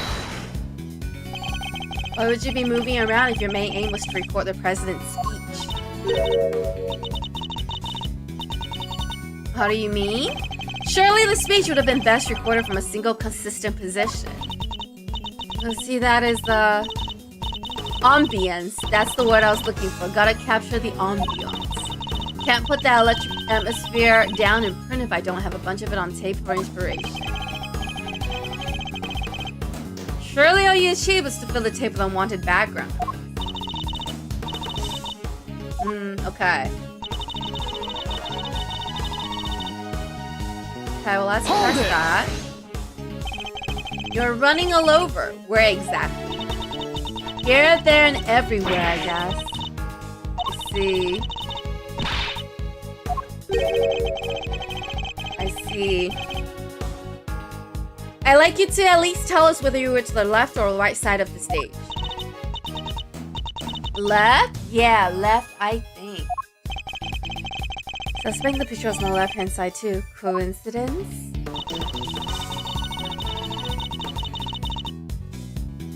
Okay, let's press that. She's saying that the picture was from a different time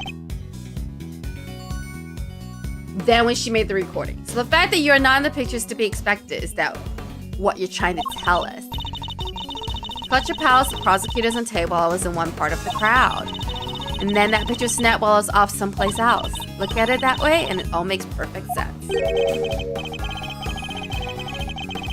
Your assertion then is that the picture and recording were taken at different points in the speech. That means everything, Linda, soon enough in this line of work. But they did happen at the same time. Because the photo was taken before, during, and after the shootings. In a row. And she also got the gunshots on tape. But we'll press the statement just for funsies.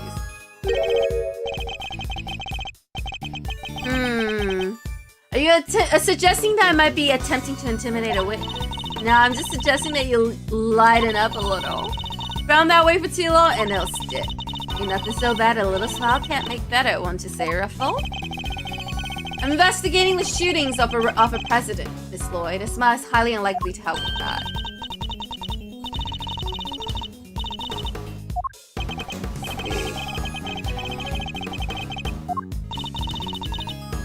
Can get a read on her? I got a read on her just fine.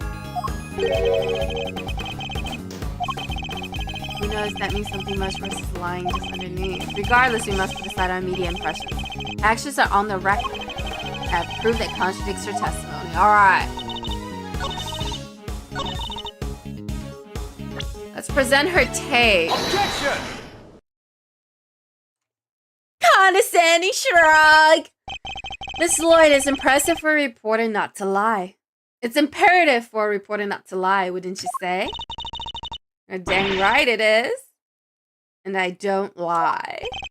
And yet, the photograph and the recordings were definitely taken at the same time. I can't prove that. You wanna bet? But I can. The evidence is right here in these pictures. This one in particular shows something that lines up precisely with when you were making your recording.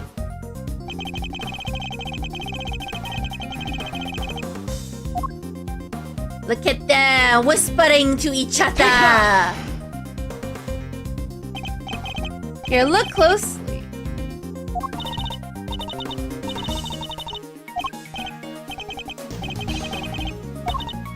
Oh, it's not on it? What am I looking for then?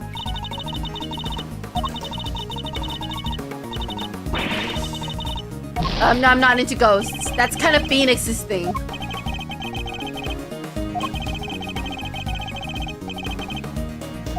Oh! Maybe I need to Let's take a laser? Take that! Oh, that's not it? What am I looking for? Okay. This one is not as straightforward. Oh, he put his hands in the air. This part right here. Take that! The president has his fist raised. Remember your commentary? Yeah. What if I were to tell you that you don't have a choice? You don't make it easy, do you, Ruffles? Remember, we are concerned with the moment the president raised his fist. No criminal organization, no matter how big, is above the law. The president thrusts his fist into the air as the excitement reaches fever pitch. That's the moment right there. We now confirm when it occurred in the recording. Which means this photo was right when that happened. So Tabby should be in the picture too. And she is right there for all to see. For Miss Lloyd is in fact the person with the red hood.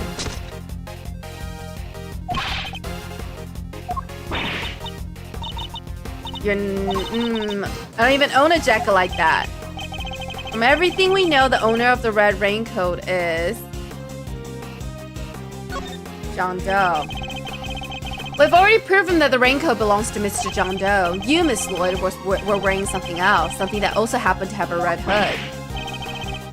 There were two people with red hoods all along? Indeed, Mr. Doe's last statement was true. We've only found one raincoat. Where's the other one? Our ice cream seller never mentioned a raincoat, only a red hood. So tell us about your jacket again, Miss Lloyd.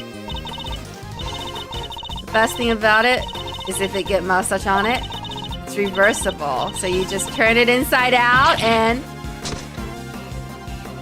it's red. Inside of her hood, it's red. That's right, and when the incident occurred, that's the side of the hood that was visible. And I even wore it that way around.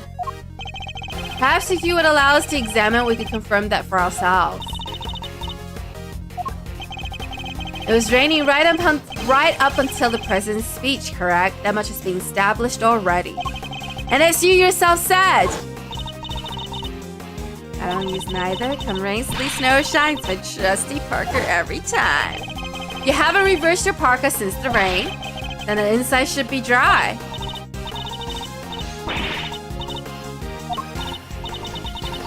She doesn't want to turn her parka inside out.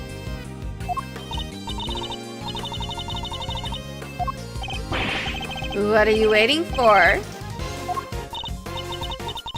It wasn't me, I swear. I never shot the damn president. I could never. If that's true, Miss Lloyd, then your best option is to cooperate and tell us the truth. Is there a particular reason why you chose to wear a parka with a red hood here today? I'm sorry, Ruffles. There's something I never told you. Something I couldn't. But I'll come clean, I promise. Just go easy on me now. Huh?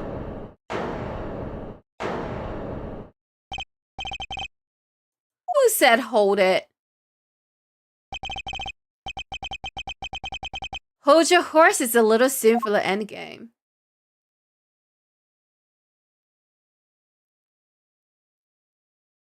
Hello, Mr. Knight? In a neck brace? That goes for you too, Mr. Prosecutor. You lost this one the moment you made your opening move.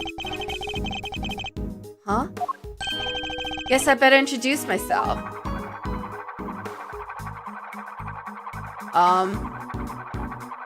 Dude, what you doing, bro?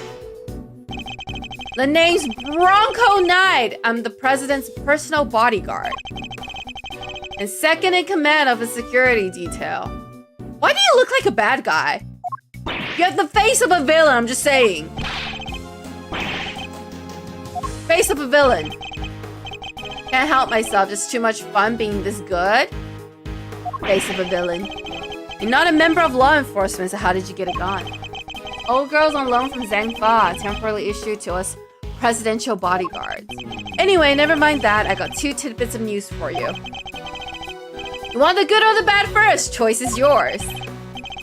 Yeah, whichever you want to get first. Guess I'll push out the first pawn then. I mean, his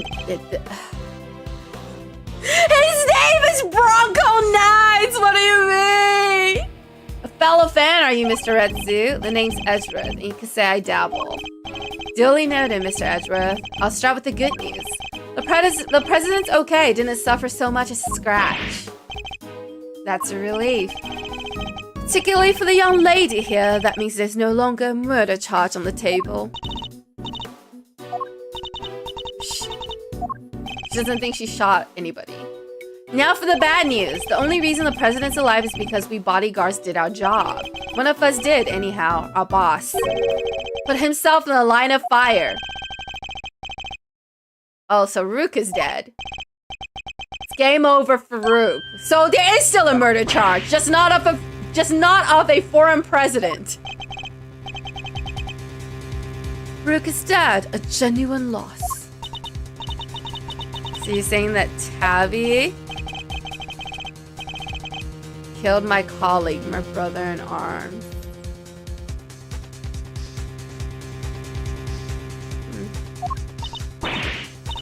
I didn't do it. I didn't kill anybody. I could never. You're the face of a villain. I'm just saying. Sure, we did what we had to do. Sacrifice one of our pieces to protect the king. But to lose someone like him during a castling, it's a real shame.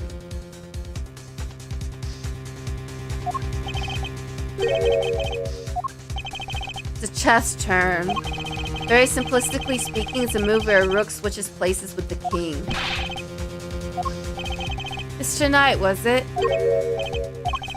We'll need to see the victim's body right away. And if possible, I'd like to ask the president a few questions. No can do, huh?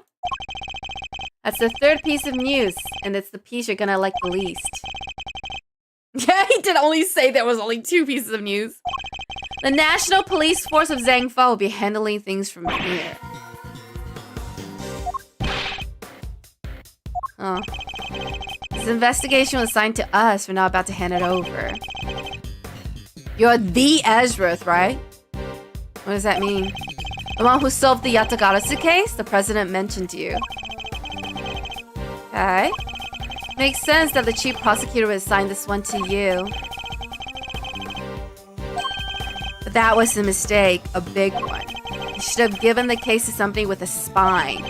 You're free to take it up with the President Wang if you enjoy diplomatic incident status. Coming with me? Continue this on the presidential plane.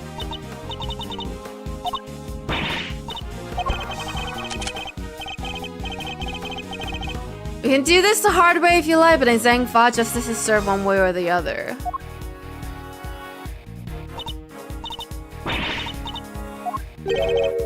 Miss Roy. She was the one in the red hood. There's no denying that now. But I can't help feeling we still don't know the whole truth behind this case.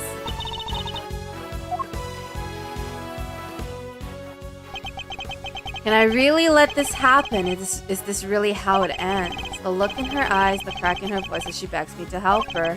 This is no act by a criminal. She's genuinely scared. And if I let him take her, we'll never know what really happened.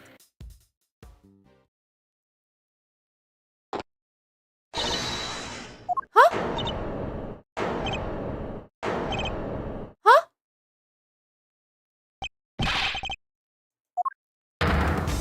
Oh! Oh! Mr. DeKiller! Hi! Oh! Wow! Quiet now, is that really any way to greet me? Your neck has barely begun to heal and you've already forgotten who I am. I'm disappointed. It's you. So you do remember. Put a knife down, give it up. You got some nerve pulling us down like this in front of a bunch of police officers. Don't even think about it. You don't stand a chance against this guy. Who are you really, Mr. Doe? Let's just say that I'm no simple ice cream seller. Guy's a pro hitman. His name is Shelly the Killer. That's right, Edgeworth! Is not a legal professional in the country who doesn't know that name. An assassin capable of taking down any target, any place, anytime. This isn't the first time our paths have crossed. It's been too long, Mr. Edgeworth, but of course, this is the first time we met face to face. In a sense, yes, a certain someone did indeed hire me to carry out a contract, and that contract did indeed specify that I was to assassinate President Wong. Yeah. How could I have been so careless? My bandage proved useful for bringing a knife into the park undetected, but I miscalculated in certain other regards. Didn't bring a gun. Now, shall we play a little game, Mr. Knight? I know how fond you are of such diversions. The stake must be higher in order for it to be fun, of course. Shall we wager, say, your life? What do you want? We would like for you to allow Mr. Edgeworth to remain in charge of the case. Because neither the killer or Tabby killed Bastian Rook. And neither of them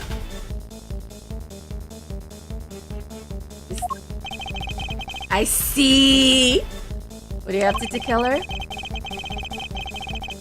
I would simply like our mutual friend to see things through to their conclusion. Bastian Rook was a man of great skill, one with whom I felt a certain connection. It is only right that the truth behind his death be brought to light. With Mr. Rook's departure, the case is now yours to investigate, is it not, Mr. Knight? I'm simply asking you to transfer that authority to Mr. Edgeworth. It's not something worth losing a life over, surely. Just using an investigation excuse to get close to the president? Am I really? I suppose it is true that in order for the investigation to proceed, we will need to enter the presidential plane.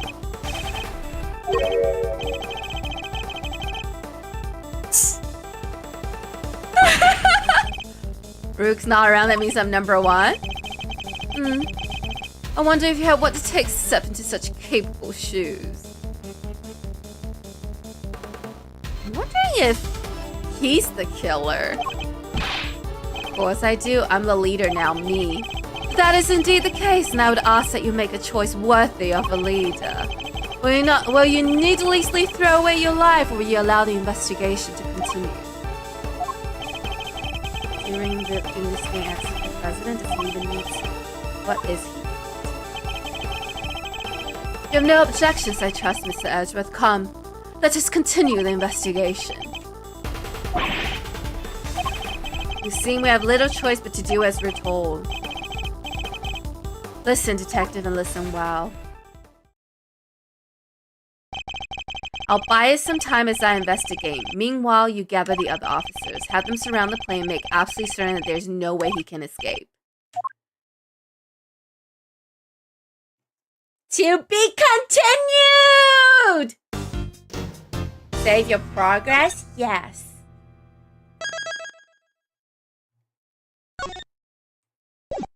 Now it's getting interesting.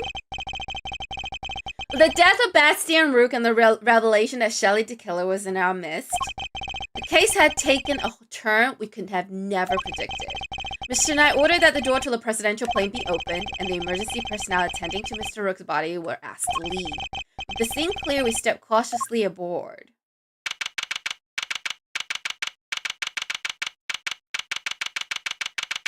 March 25th, 4:15 p.m., Zhangfa presidential plane. No president in sight. Where could he be? So he's hiding behind the bulkhead door over there. As courageous in the face of danger as ever. Seriously, gonna be standing here waiting to meet his assassin? As we have already established, my interest lies only in the successful conclusion of this investigation. Now, Mr. Ashworth, if you would be so kind as to examine the body. My only option right now is to play along. The rest is up to you, Detective. Okay, so here's what I'm guessing happened.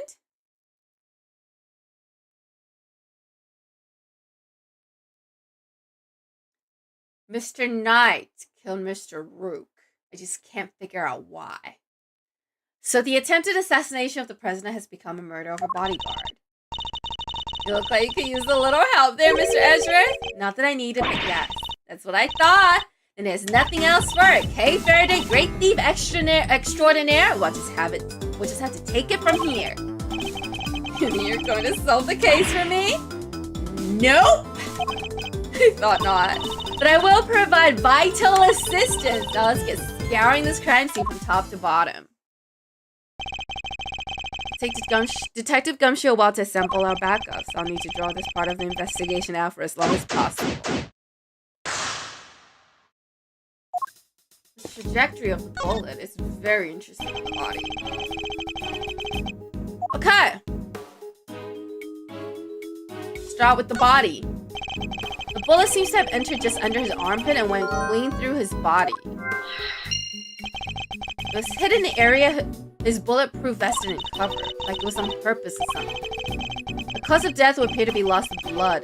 Attempts were made to stanch it, but to no avail. Medics must have been brought in to try and save him. Sadly, was too little too late. Okay. So the victim was also carrying a revolver. It looks like he was trying to use it. Probably drew it on instinct when he felt threatened. You should check to see if he managed to fire any rounds. All the rounds are there, no other signs of the weapon have been used. Just one alone from Zhengfa too. Sure was. We're always issued with the same model gun.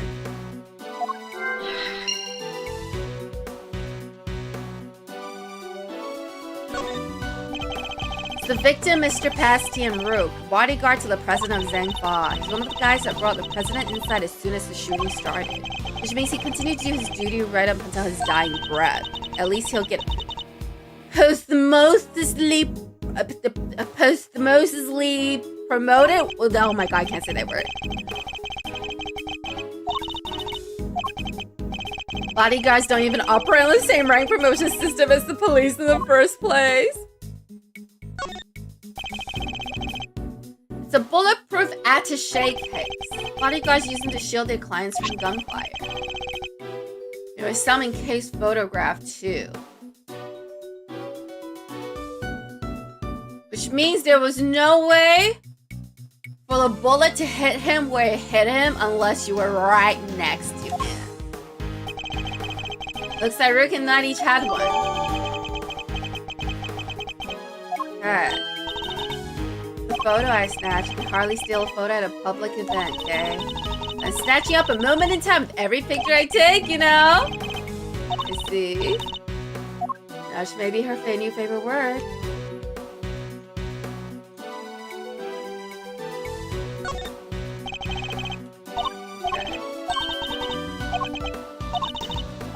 Huh.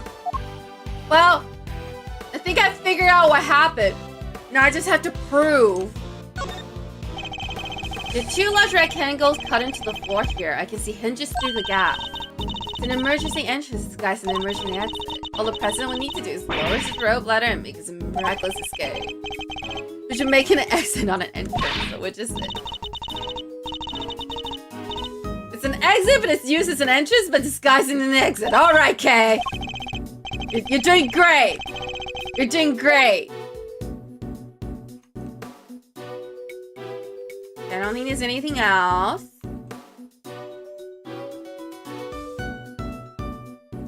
But I'm pretty sure I know what happened. Now I just have to prove it. So wide selection of protective equipment here. Bulletproof vest, hazmat gear. It's even a spacesuit. Get the sense that the president thinks he's very much in need of protection at all costs. But if he was in a gunfight and there was poison gas everywhere, and he was in space, what would he do then? He simply put on the bulletproof vest, the hazmat gear, and the spacesuit. Easier said than done, indeed. President's on the other side of this door. What a door it is, but I could get the better of it though. Okay, now is not the time! Now is not the time! I made this door be locked for me to open it, of course! Precisely for me to open it, of course.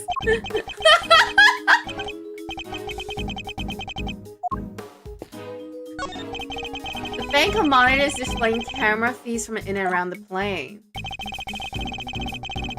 Must scour the scene and inspect anything that catches my attention. What on earth is this? It's the president's favorite plushie. It's a memento of something. Anyway, don't touch. Left up there. Yeah, why is it here then? Pretty weird.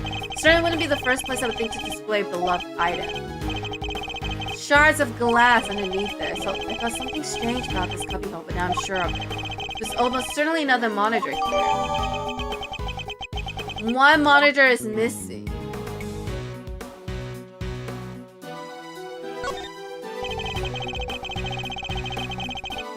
Okay, these monitors are displaying the cockpit and parts of the plane's exterior, but I don't see anything out of the ordinary.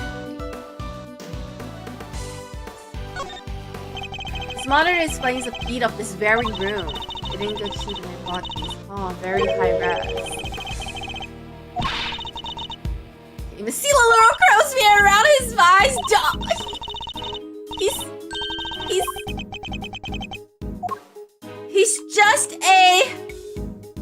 He's just a distinguished gentleman. That's the outside of the plane. Most intruders cannot hope to approach without being spotted, but such measures would be mere child's play in my case. Wow! The killer is so cool! Are you taking on apprentices by any chance? You just want to learn about the cameras. Unfortunately for you, I'm not the type to take on understudies. Oh. Okay! I think we have everything we need from here. Double checking just in case. Very quickly, making sure we checked every nook and cranny, like Edgeworth says. Okay. Done with the monitors. It's on this desk.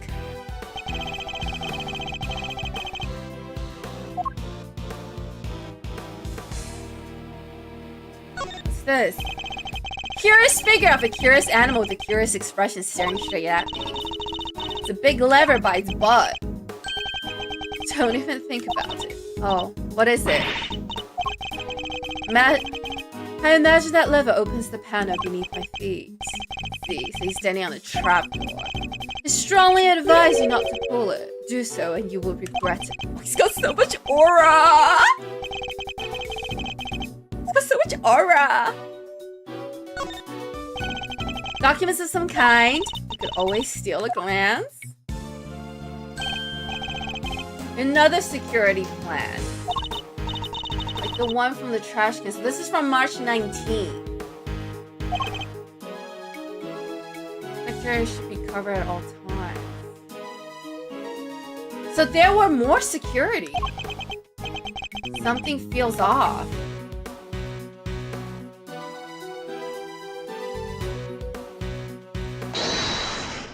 Oop, oop, that's not what I wanted.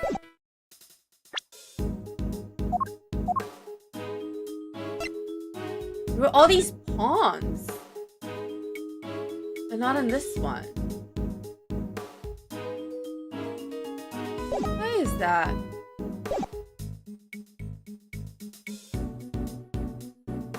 Also covered in case amphibious assault.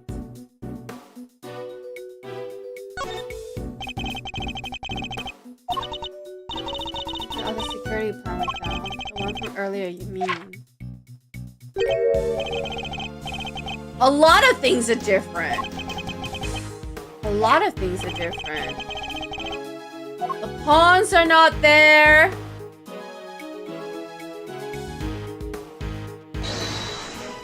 And LaRook and the knight has switched position. The two plans are different. Was the security detail reorganized at some point?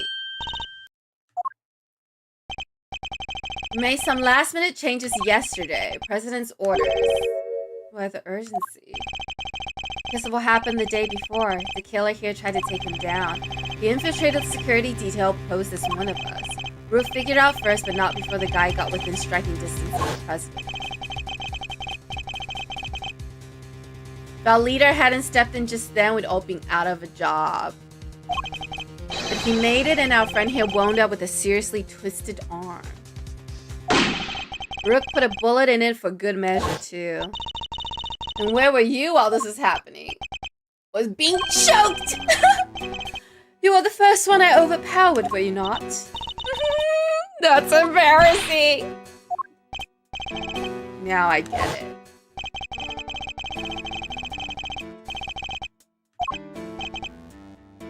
Thank you for the follow, Manfred von Karma!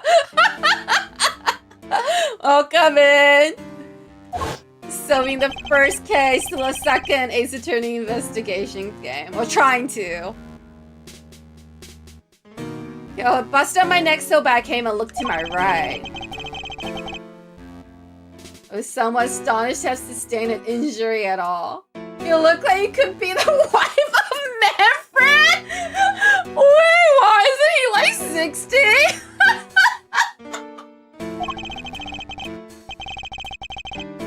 Testament to Mr. Grook's skill.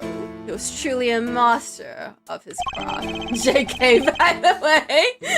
No worries, you're all good. Unlike a certain other person I could mention. I'm just as good as he ever was. Doesn't seem that way. You're a pawn to his quiff, my young friend. How the heck do you know? That's why you remember Mr. Rook's name. You admire his skill as a bodyguard. Indeed, while I was serving on the team, I learned the names of all the old bridges, but his in particular stayed with me. He's joined the very short list of those who have ever successfully wounded me. He's so cool. But you do have the Von Karma look? I do? I don't have enough puffiness on me. Not enough ruffles. So that's the connection he was talking about. And that's why we changed up the security plan. Had to be sure there weren't any more assassins in the ranks. That's why they took out all the pawns. President didn't want anybody on stage he didn't trust, and he only trusts two people. Me and Rook. Well, the president could trust you, but Rook couldn't, could he, Mr. Knight? The yellow-haired man looks like his badge, guys. The six-finger logo from Gravity Falls. That is true. Alright, diagrams of the president's security arrangement, which were changed only yesterday. How does that explain your change of position? You switch over to the right-hand side. Can't turn my neck to the right, could only cover the president's left side. So I wound up moving to the right side of the stage. And that's where the bullet to Rook came from. Okay. 2 shots were fired. One went through the flag and into the balloon. The other went into this bulletproof chest right here. Which means the gun that was fired from the crowd was not... Neither of the bullets fired from that gun hit Rook. That looks heavy. This is what a president wears, huh? Must be made of something super special. Protect him from bullets! No, that's a bulletproof chest. Bulletproof vest. Found on desk has a bullet lodged in it. It's the president's. How are you... Okay, this is what I don't understand. Here's what I don't understand. You can see, like, literally the 6-pack of the president. Thank you for the follow, Game of All Kinds. You can see the 6-pack of the president through his suit, but he's also wearing this bulletproof vest under his suit. So what I'm getting from this is that he doesn't actually have the muscles you can see through his suit, but the muscles were molded into his suit like Henry Cavill Superman suit. We need a future game where Kay is an adult and Gunshiro is retarded. He hands down his coat to her. Isn't she a thief? That would be cool though. So that's what one of those look like. Why didn't you just say so? Now I feel silly. You just pay attention. What is this? These personal safety alarms are very colorful. Looks like they get a lot of use as well. I like the president. He seems like a thoughtful guy. I don't know, man. He kind of has a look of a villain. Buying these for his kids made this wipe. I think they're all for him. I think they're all for him. Yeah, they're all for him. This is simply not possible. What perceives as many personal alarms? Funny has something that can count the number of objects after transaction. Do you have a Discord? Do not give out my Discord. Do not give out my Discord.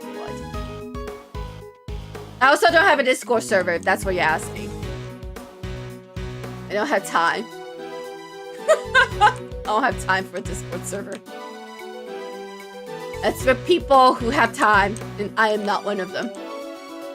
Alright, I think we've seen everything here.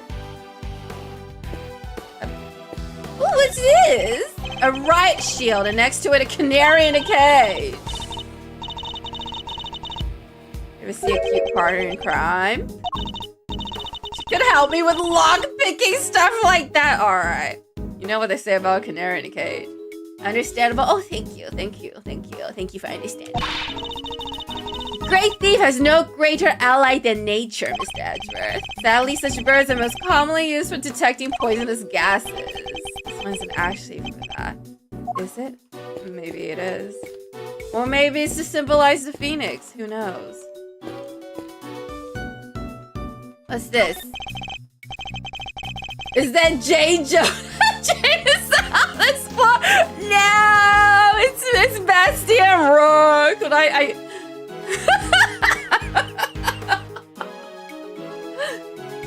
Two gas masks in case of a poison gas attack, I suppose. The president certainly seems to think he's at risk of assassination at all times.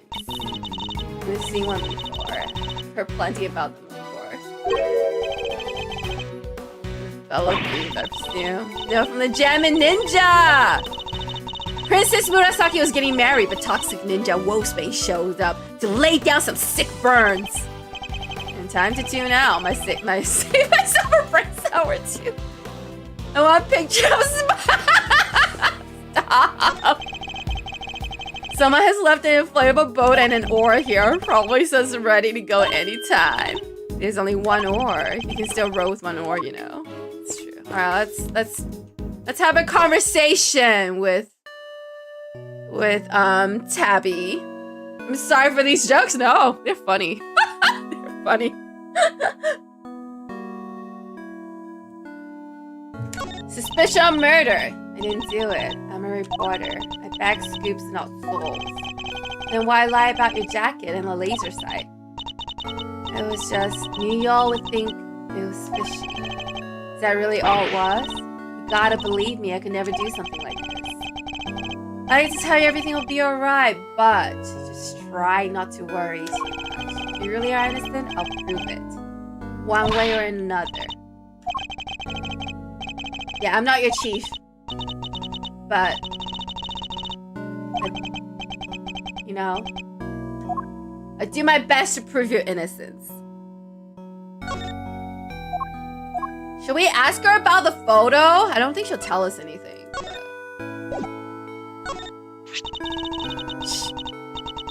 Charles, the one who made that recording. You don't need to say any more. At the end of the day, I'm just a lousy reporter who can't speak for herself, let alone the people.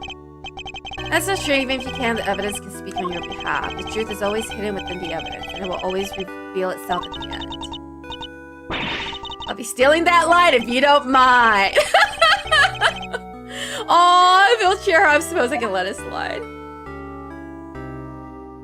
I guess Jameson went the way of Uncle Ben. Raise up, please. Oh my god. You guys are horrible. I love it. Alright. I don't know if there's anyone else we can... Let's talk to them. Okay. Okay, the killer is just excited, just have high expectations for us. Let's talk about a mutual understanding. Things are progressing well, I hope. There's no need to worry, things are progressing just fine. Remember, I absolutely despise betrayals of all kinds. Yes, I know. Indeed you do, so please do take care not to double-cross me. Accidentally or otherwise. Let's talk about the assassination attempt. Can't believe I let an assassin onto the president's plane. You know very well it was for the good of the investigation, Mr. Knight. He knows! He knows he did it! He just can't prove it, he needs me to prove it. You do indeed, because you heard me said it already. I wish to know the truth behind Mr. Rook's death. You did also say you were asked to assassinate the president by a certain someone. You seem to have forgotten that there are more pressing matters at hand. Don't often carry out unpaid work, but it's not entirely unheard of. Alright. I'm expecting great things from you, Mr. Ezrith. Oh, he's so cool! I love him. I know he's a bad guy, but I think he's so cool. I don't think he'll answer any questions, so let's leave it at that. Okay, we've got some clues. Let's put them together.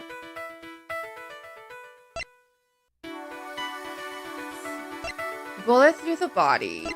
Bulletproof vest. Rook's gun. Nice position.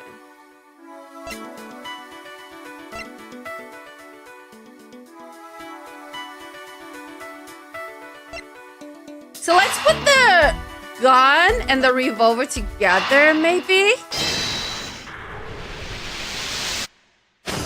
Okay, cool. I was like, they look exactly the same. The two guns are exactly the same, meaning it's likely that the one we found is also from Zane. Okay, revolver data updated in my organizer. Same model as the victim. Bodyguards all got their gun from Zenfa authorities, right? Yes. Are they like super rare or something? No, I don't believe so. This model isn't exactly easy to come by in this country, but it's certainly not impossible either. Well, we're definitely not in America anymore. I keep saying that. I should stop. It is something of a shame. I just mentioned treasures. They actually responded for once. I only mean to point out that if the guns were rare, it would be much easier to trace them. We should have made them treasures of the evidence variety, I suppose. Everything's a treasure hunt one way or another, including this investigation. You could say that. Alright, it's treasure hunting time. On with the investigation. She certainly seems a lot more enthusiastic all of a sudden.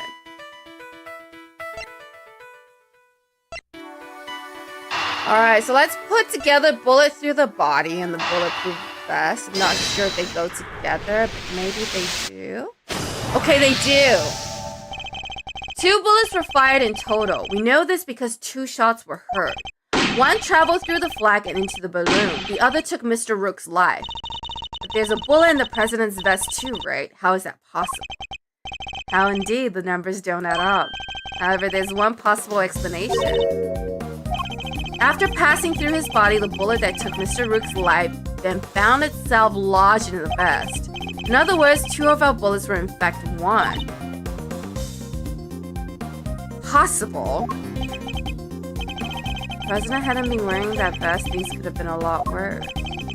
He wasn't injured at all by the impact. Even when obstructed by a vest, a bullet can inflict serious damage. Sure, I've known guys who have broken bones that way, but the president's okay. He's made of strong stuff. Sounds like he didn't even need a vest. Yeah, let's not get carried away here. I want that bullet's ballistic marking analyzed. Guns leave a unique pattern of grooves on every bullet they fire. By examining these grooves, we can use them to identify which gun it came from. Think of them as fingerprints of a sword. Alright, let's analyze them. Might be easier said than done. That bullet hit solid armor, the impact will have completely flattened it. You'd be lucky if there's anything left for forensics to find. So is that for some analyzing? Bullet vest data jotted down by organizer. Stalled the bullet that passed through the victim. The bullet itself was crushed flat by the impact. That's quite enough investigating for now. Well, Mr. Edgeworth, have you solved the case? No, not yet. Is that so? Perhaps interviewing another key witness might help you do so. Another witness who? The president. The most important witness of all, the man on the other side of that door. He really intends to have me question the president. Now, if you'd be so kind as to summon him, Mr. Edgeworth. There's Bella, you're nuts if you think I'll let him anywhere near you. Well, Mr. President, I'm sure you're watching us through your security feed, aren't you? In which case, I politely request that you show yourself. Oh, I forgot to do the accent. That is, if you value your bodyguard's life.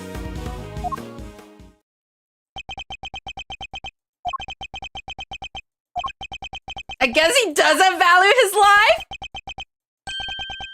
Well then, if nothing else, we now know what kind of a man you really are.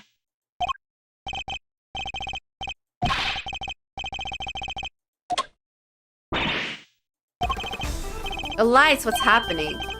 Listen well, Mr. Edgeworth. I would advise you to stay very still. It seems I will not be granted my audience with the president after all, even with Mr. Knight's life as my bargaining chip.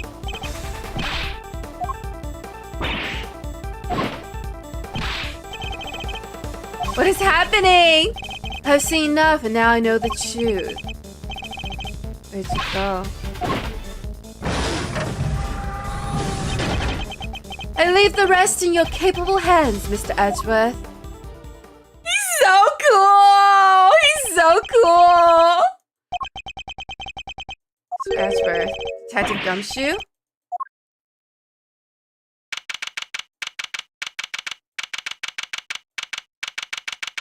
Alright, March 25th, 4:45 p.m., Zhangfa's presidential plane.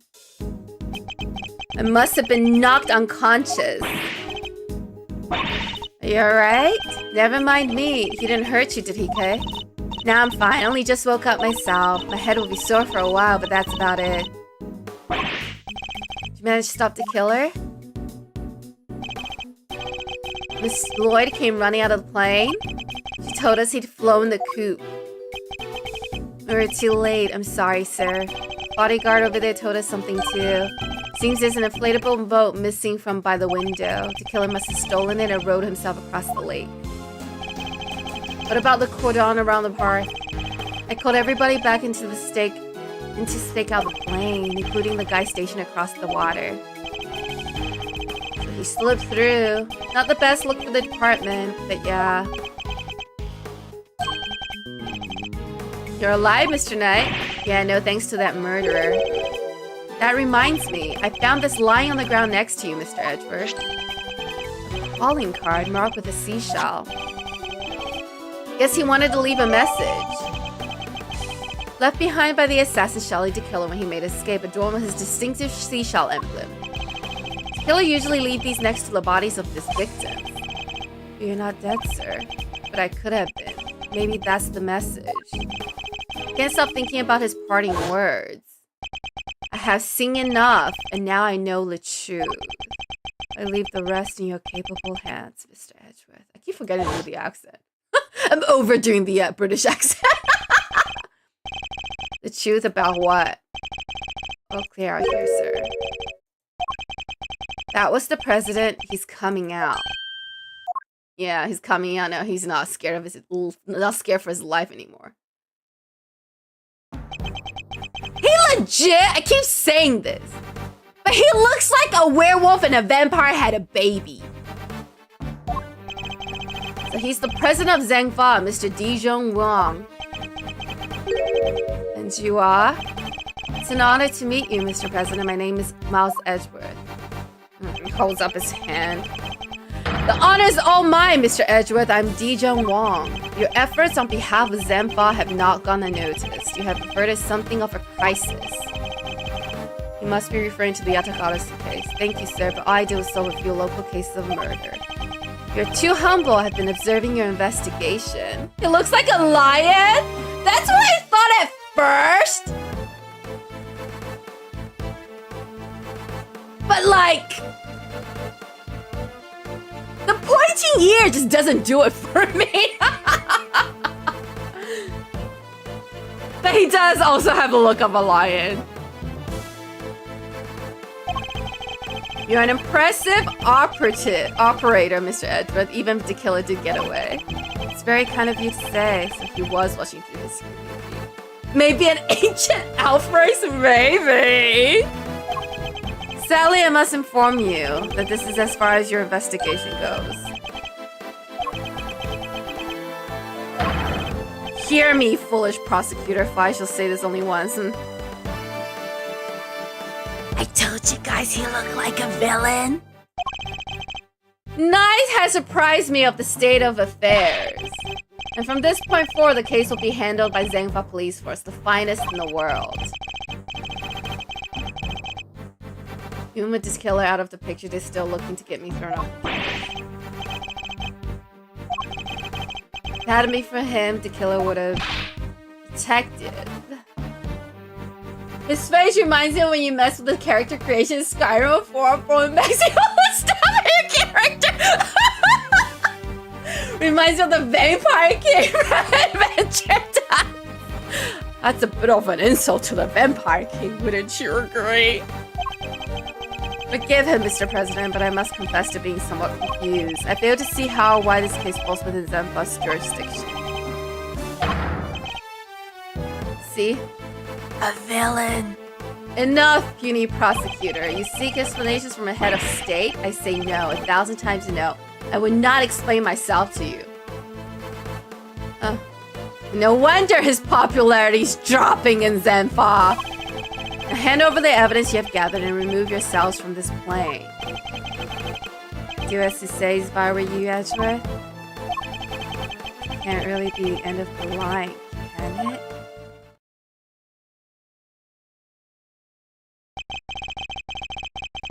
Case evidence handed to Mr. Knight.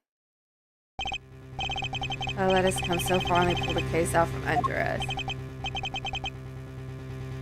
Because, Edgeworth, all of this was staged. All of this was staged to up his image. How you may leave. To make an attempt on my life to murder one of my faithful servants. Servants?! The effrontery, the villainy. This dude is totally a bad guy. This dude is totally a bad guy. 100% a villain right here.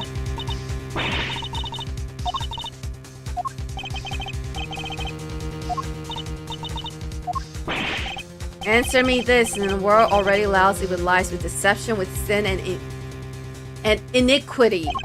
Can we stand by and suffer yet another crime to go unpunished? I say no, 1,000 times no. There can be no forgiveness. There can be no surrender.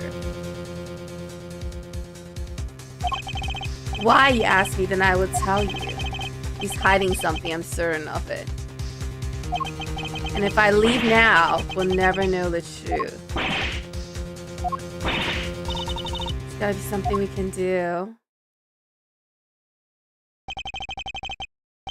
He looks like the Cowardly Lion from Oz. That's an insult to the Cowardly Lion. He may be a coward, but he's not a villain.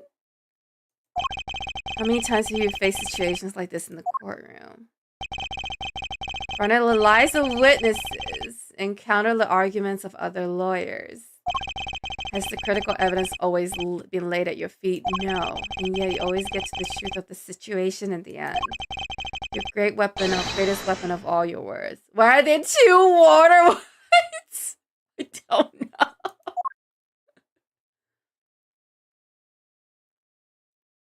He's wagging his finger. Now let us analyze the state of play.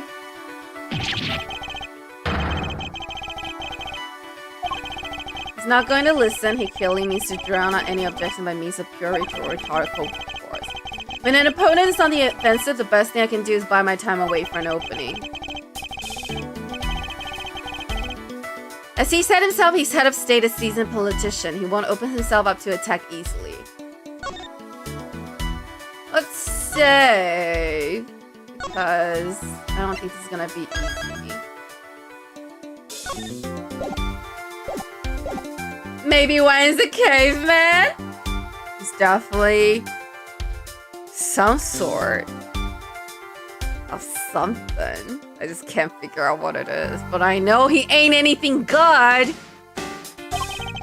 Can't let him bully me into submission. I have to stay calm and alert. If I can read his movements and expressions correctly, I may be able to find my movement. My first aim should be to find out why he's insisting on Zenfa taking over the case. The board is set. Time to make my opening gambit. Mind chess commands! So who will take over the case? Bide my time. I'm the leader of Zhang Fa. I have no time for your insolent backchat. I was simply hoping to confirm one basic fact. You say that investigation will now be assigned to your national police force? Enough of your pointless questions. Bide my time. Interior of this plane is the sovereign territory of Zenfa. You have no rights here. It could be that our current location itself is significant somehow. You should keep that in mind. It could be a useful clue. Explain to me why I'm off the case. Cease your insolent jabbering. I need not explain myself to you. My reasons are my own. They're none of your concern. Shady! That's time to employ my clue. In the course of our conversation, I've deduced certain facts from your behavior, Mr. President. For example, you seem particularly aggressive when discussing our current location. Smarmy smart Ellen. You said yourself the presidential plane is the sovereign territory of Zenfa. From that, we can infer that you believe the rules of extraterritorial... I hate this word! Extraterritoriality apply inside here, is that correct? Why is this word so big? These are objectionable whining.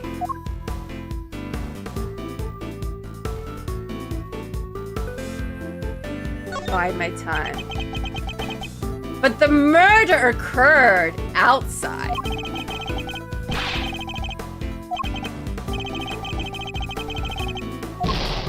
Okay, I shouldn't have bit my time there. Ah, I was supposed to notice that he was sweating. Okay. I'm really confused by this. I'm really confused by this mind chess in case no one has noticed. This is gonna be difficult, but that's okay. Hello, Maximilian. Welcome back. I can use a circus right now because this is right now, right here is a circus.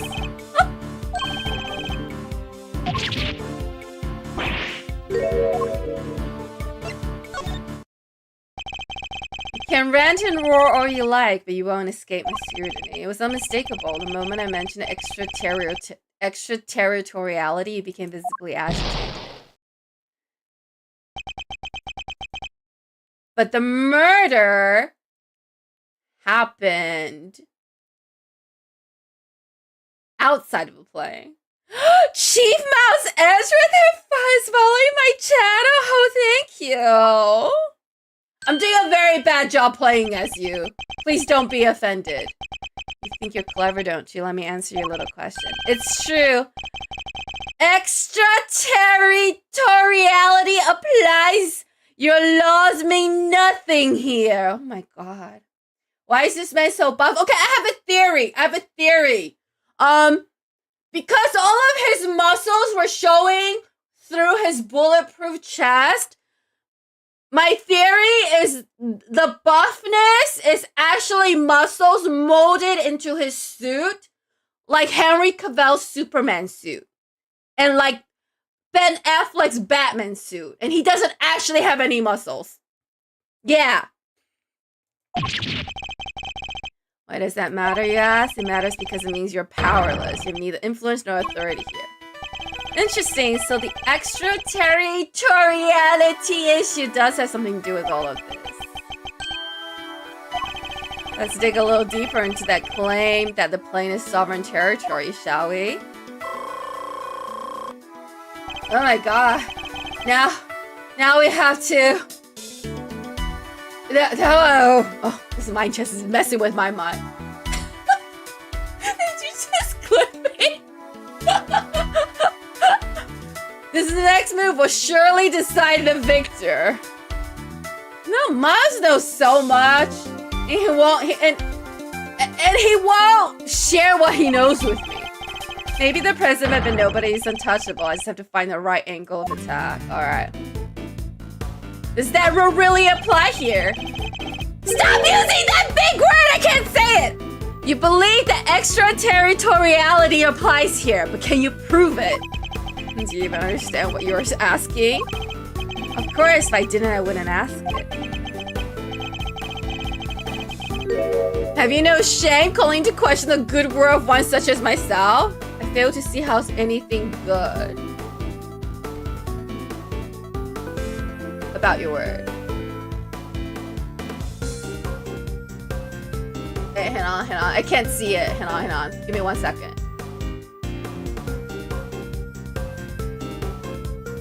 He's holding the chess piece!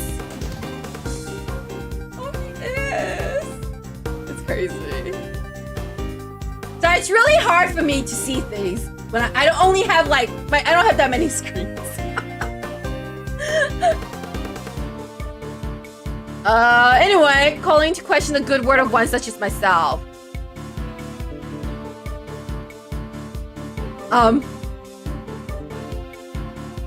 Bide my time. Time for this. You clearly cannot be saved from your own foolishness. You needn't worry about me. I'm not the one who needs saving. That would be Miss Lloyd, the woman who's being wrongfully accused of this crime. Your chivalry is admirable, but it changes nothing. The right to extraterritoriality cannot be denied. This is Zenfa. Don't want to take this any further. I'll need a clue of some kind. Let me try another attack for now. You've overplayed your hand. Nobody asked for your opinion. You need only to obey me, nothing else. Bide my time? You dare tell me how to govern, how to lead. You dare contradict me. On the matter of Miss Lloyd's guilt, yes I do. She is guilty. She is the culprit. There's nothing left to debate.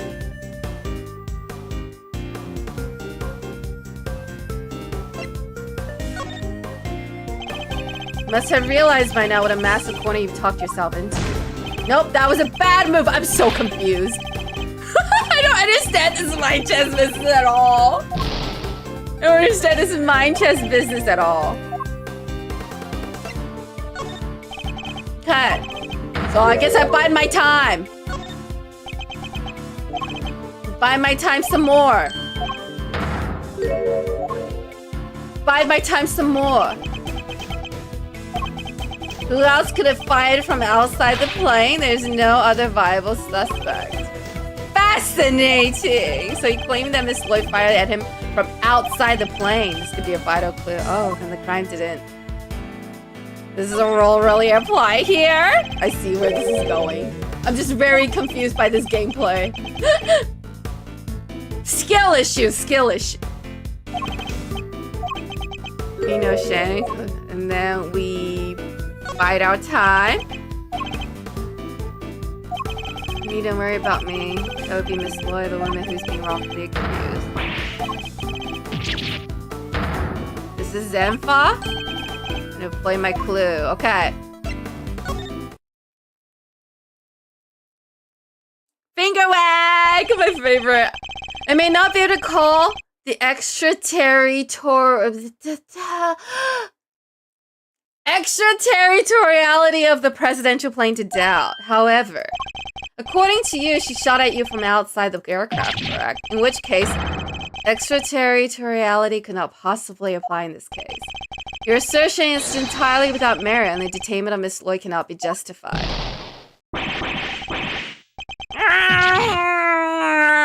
Yes, that's exactly how he would sound like. How could I have bested by a mere prosecutor? But I'm the president, the president. Let me break something to you, Mr. Wong. Being a president isn't all that respectful of all that respectable of an occupation these days. Just throwing that out there. Checkmate! Oh my god. Mind chess checkmate. These mind chess things are so... Instead of messing with your opponent's mind, Edgeworth, you're messing with my mind. I'm just saying. I trust you won't mind if we continue our investigation now, Mr. President.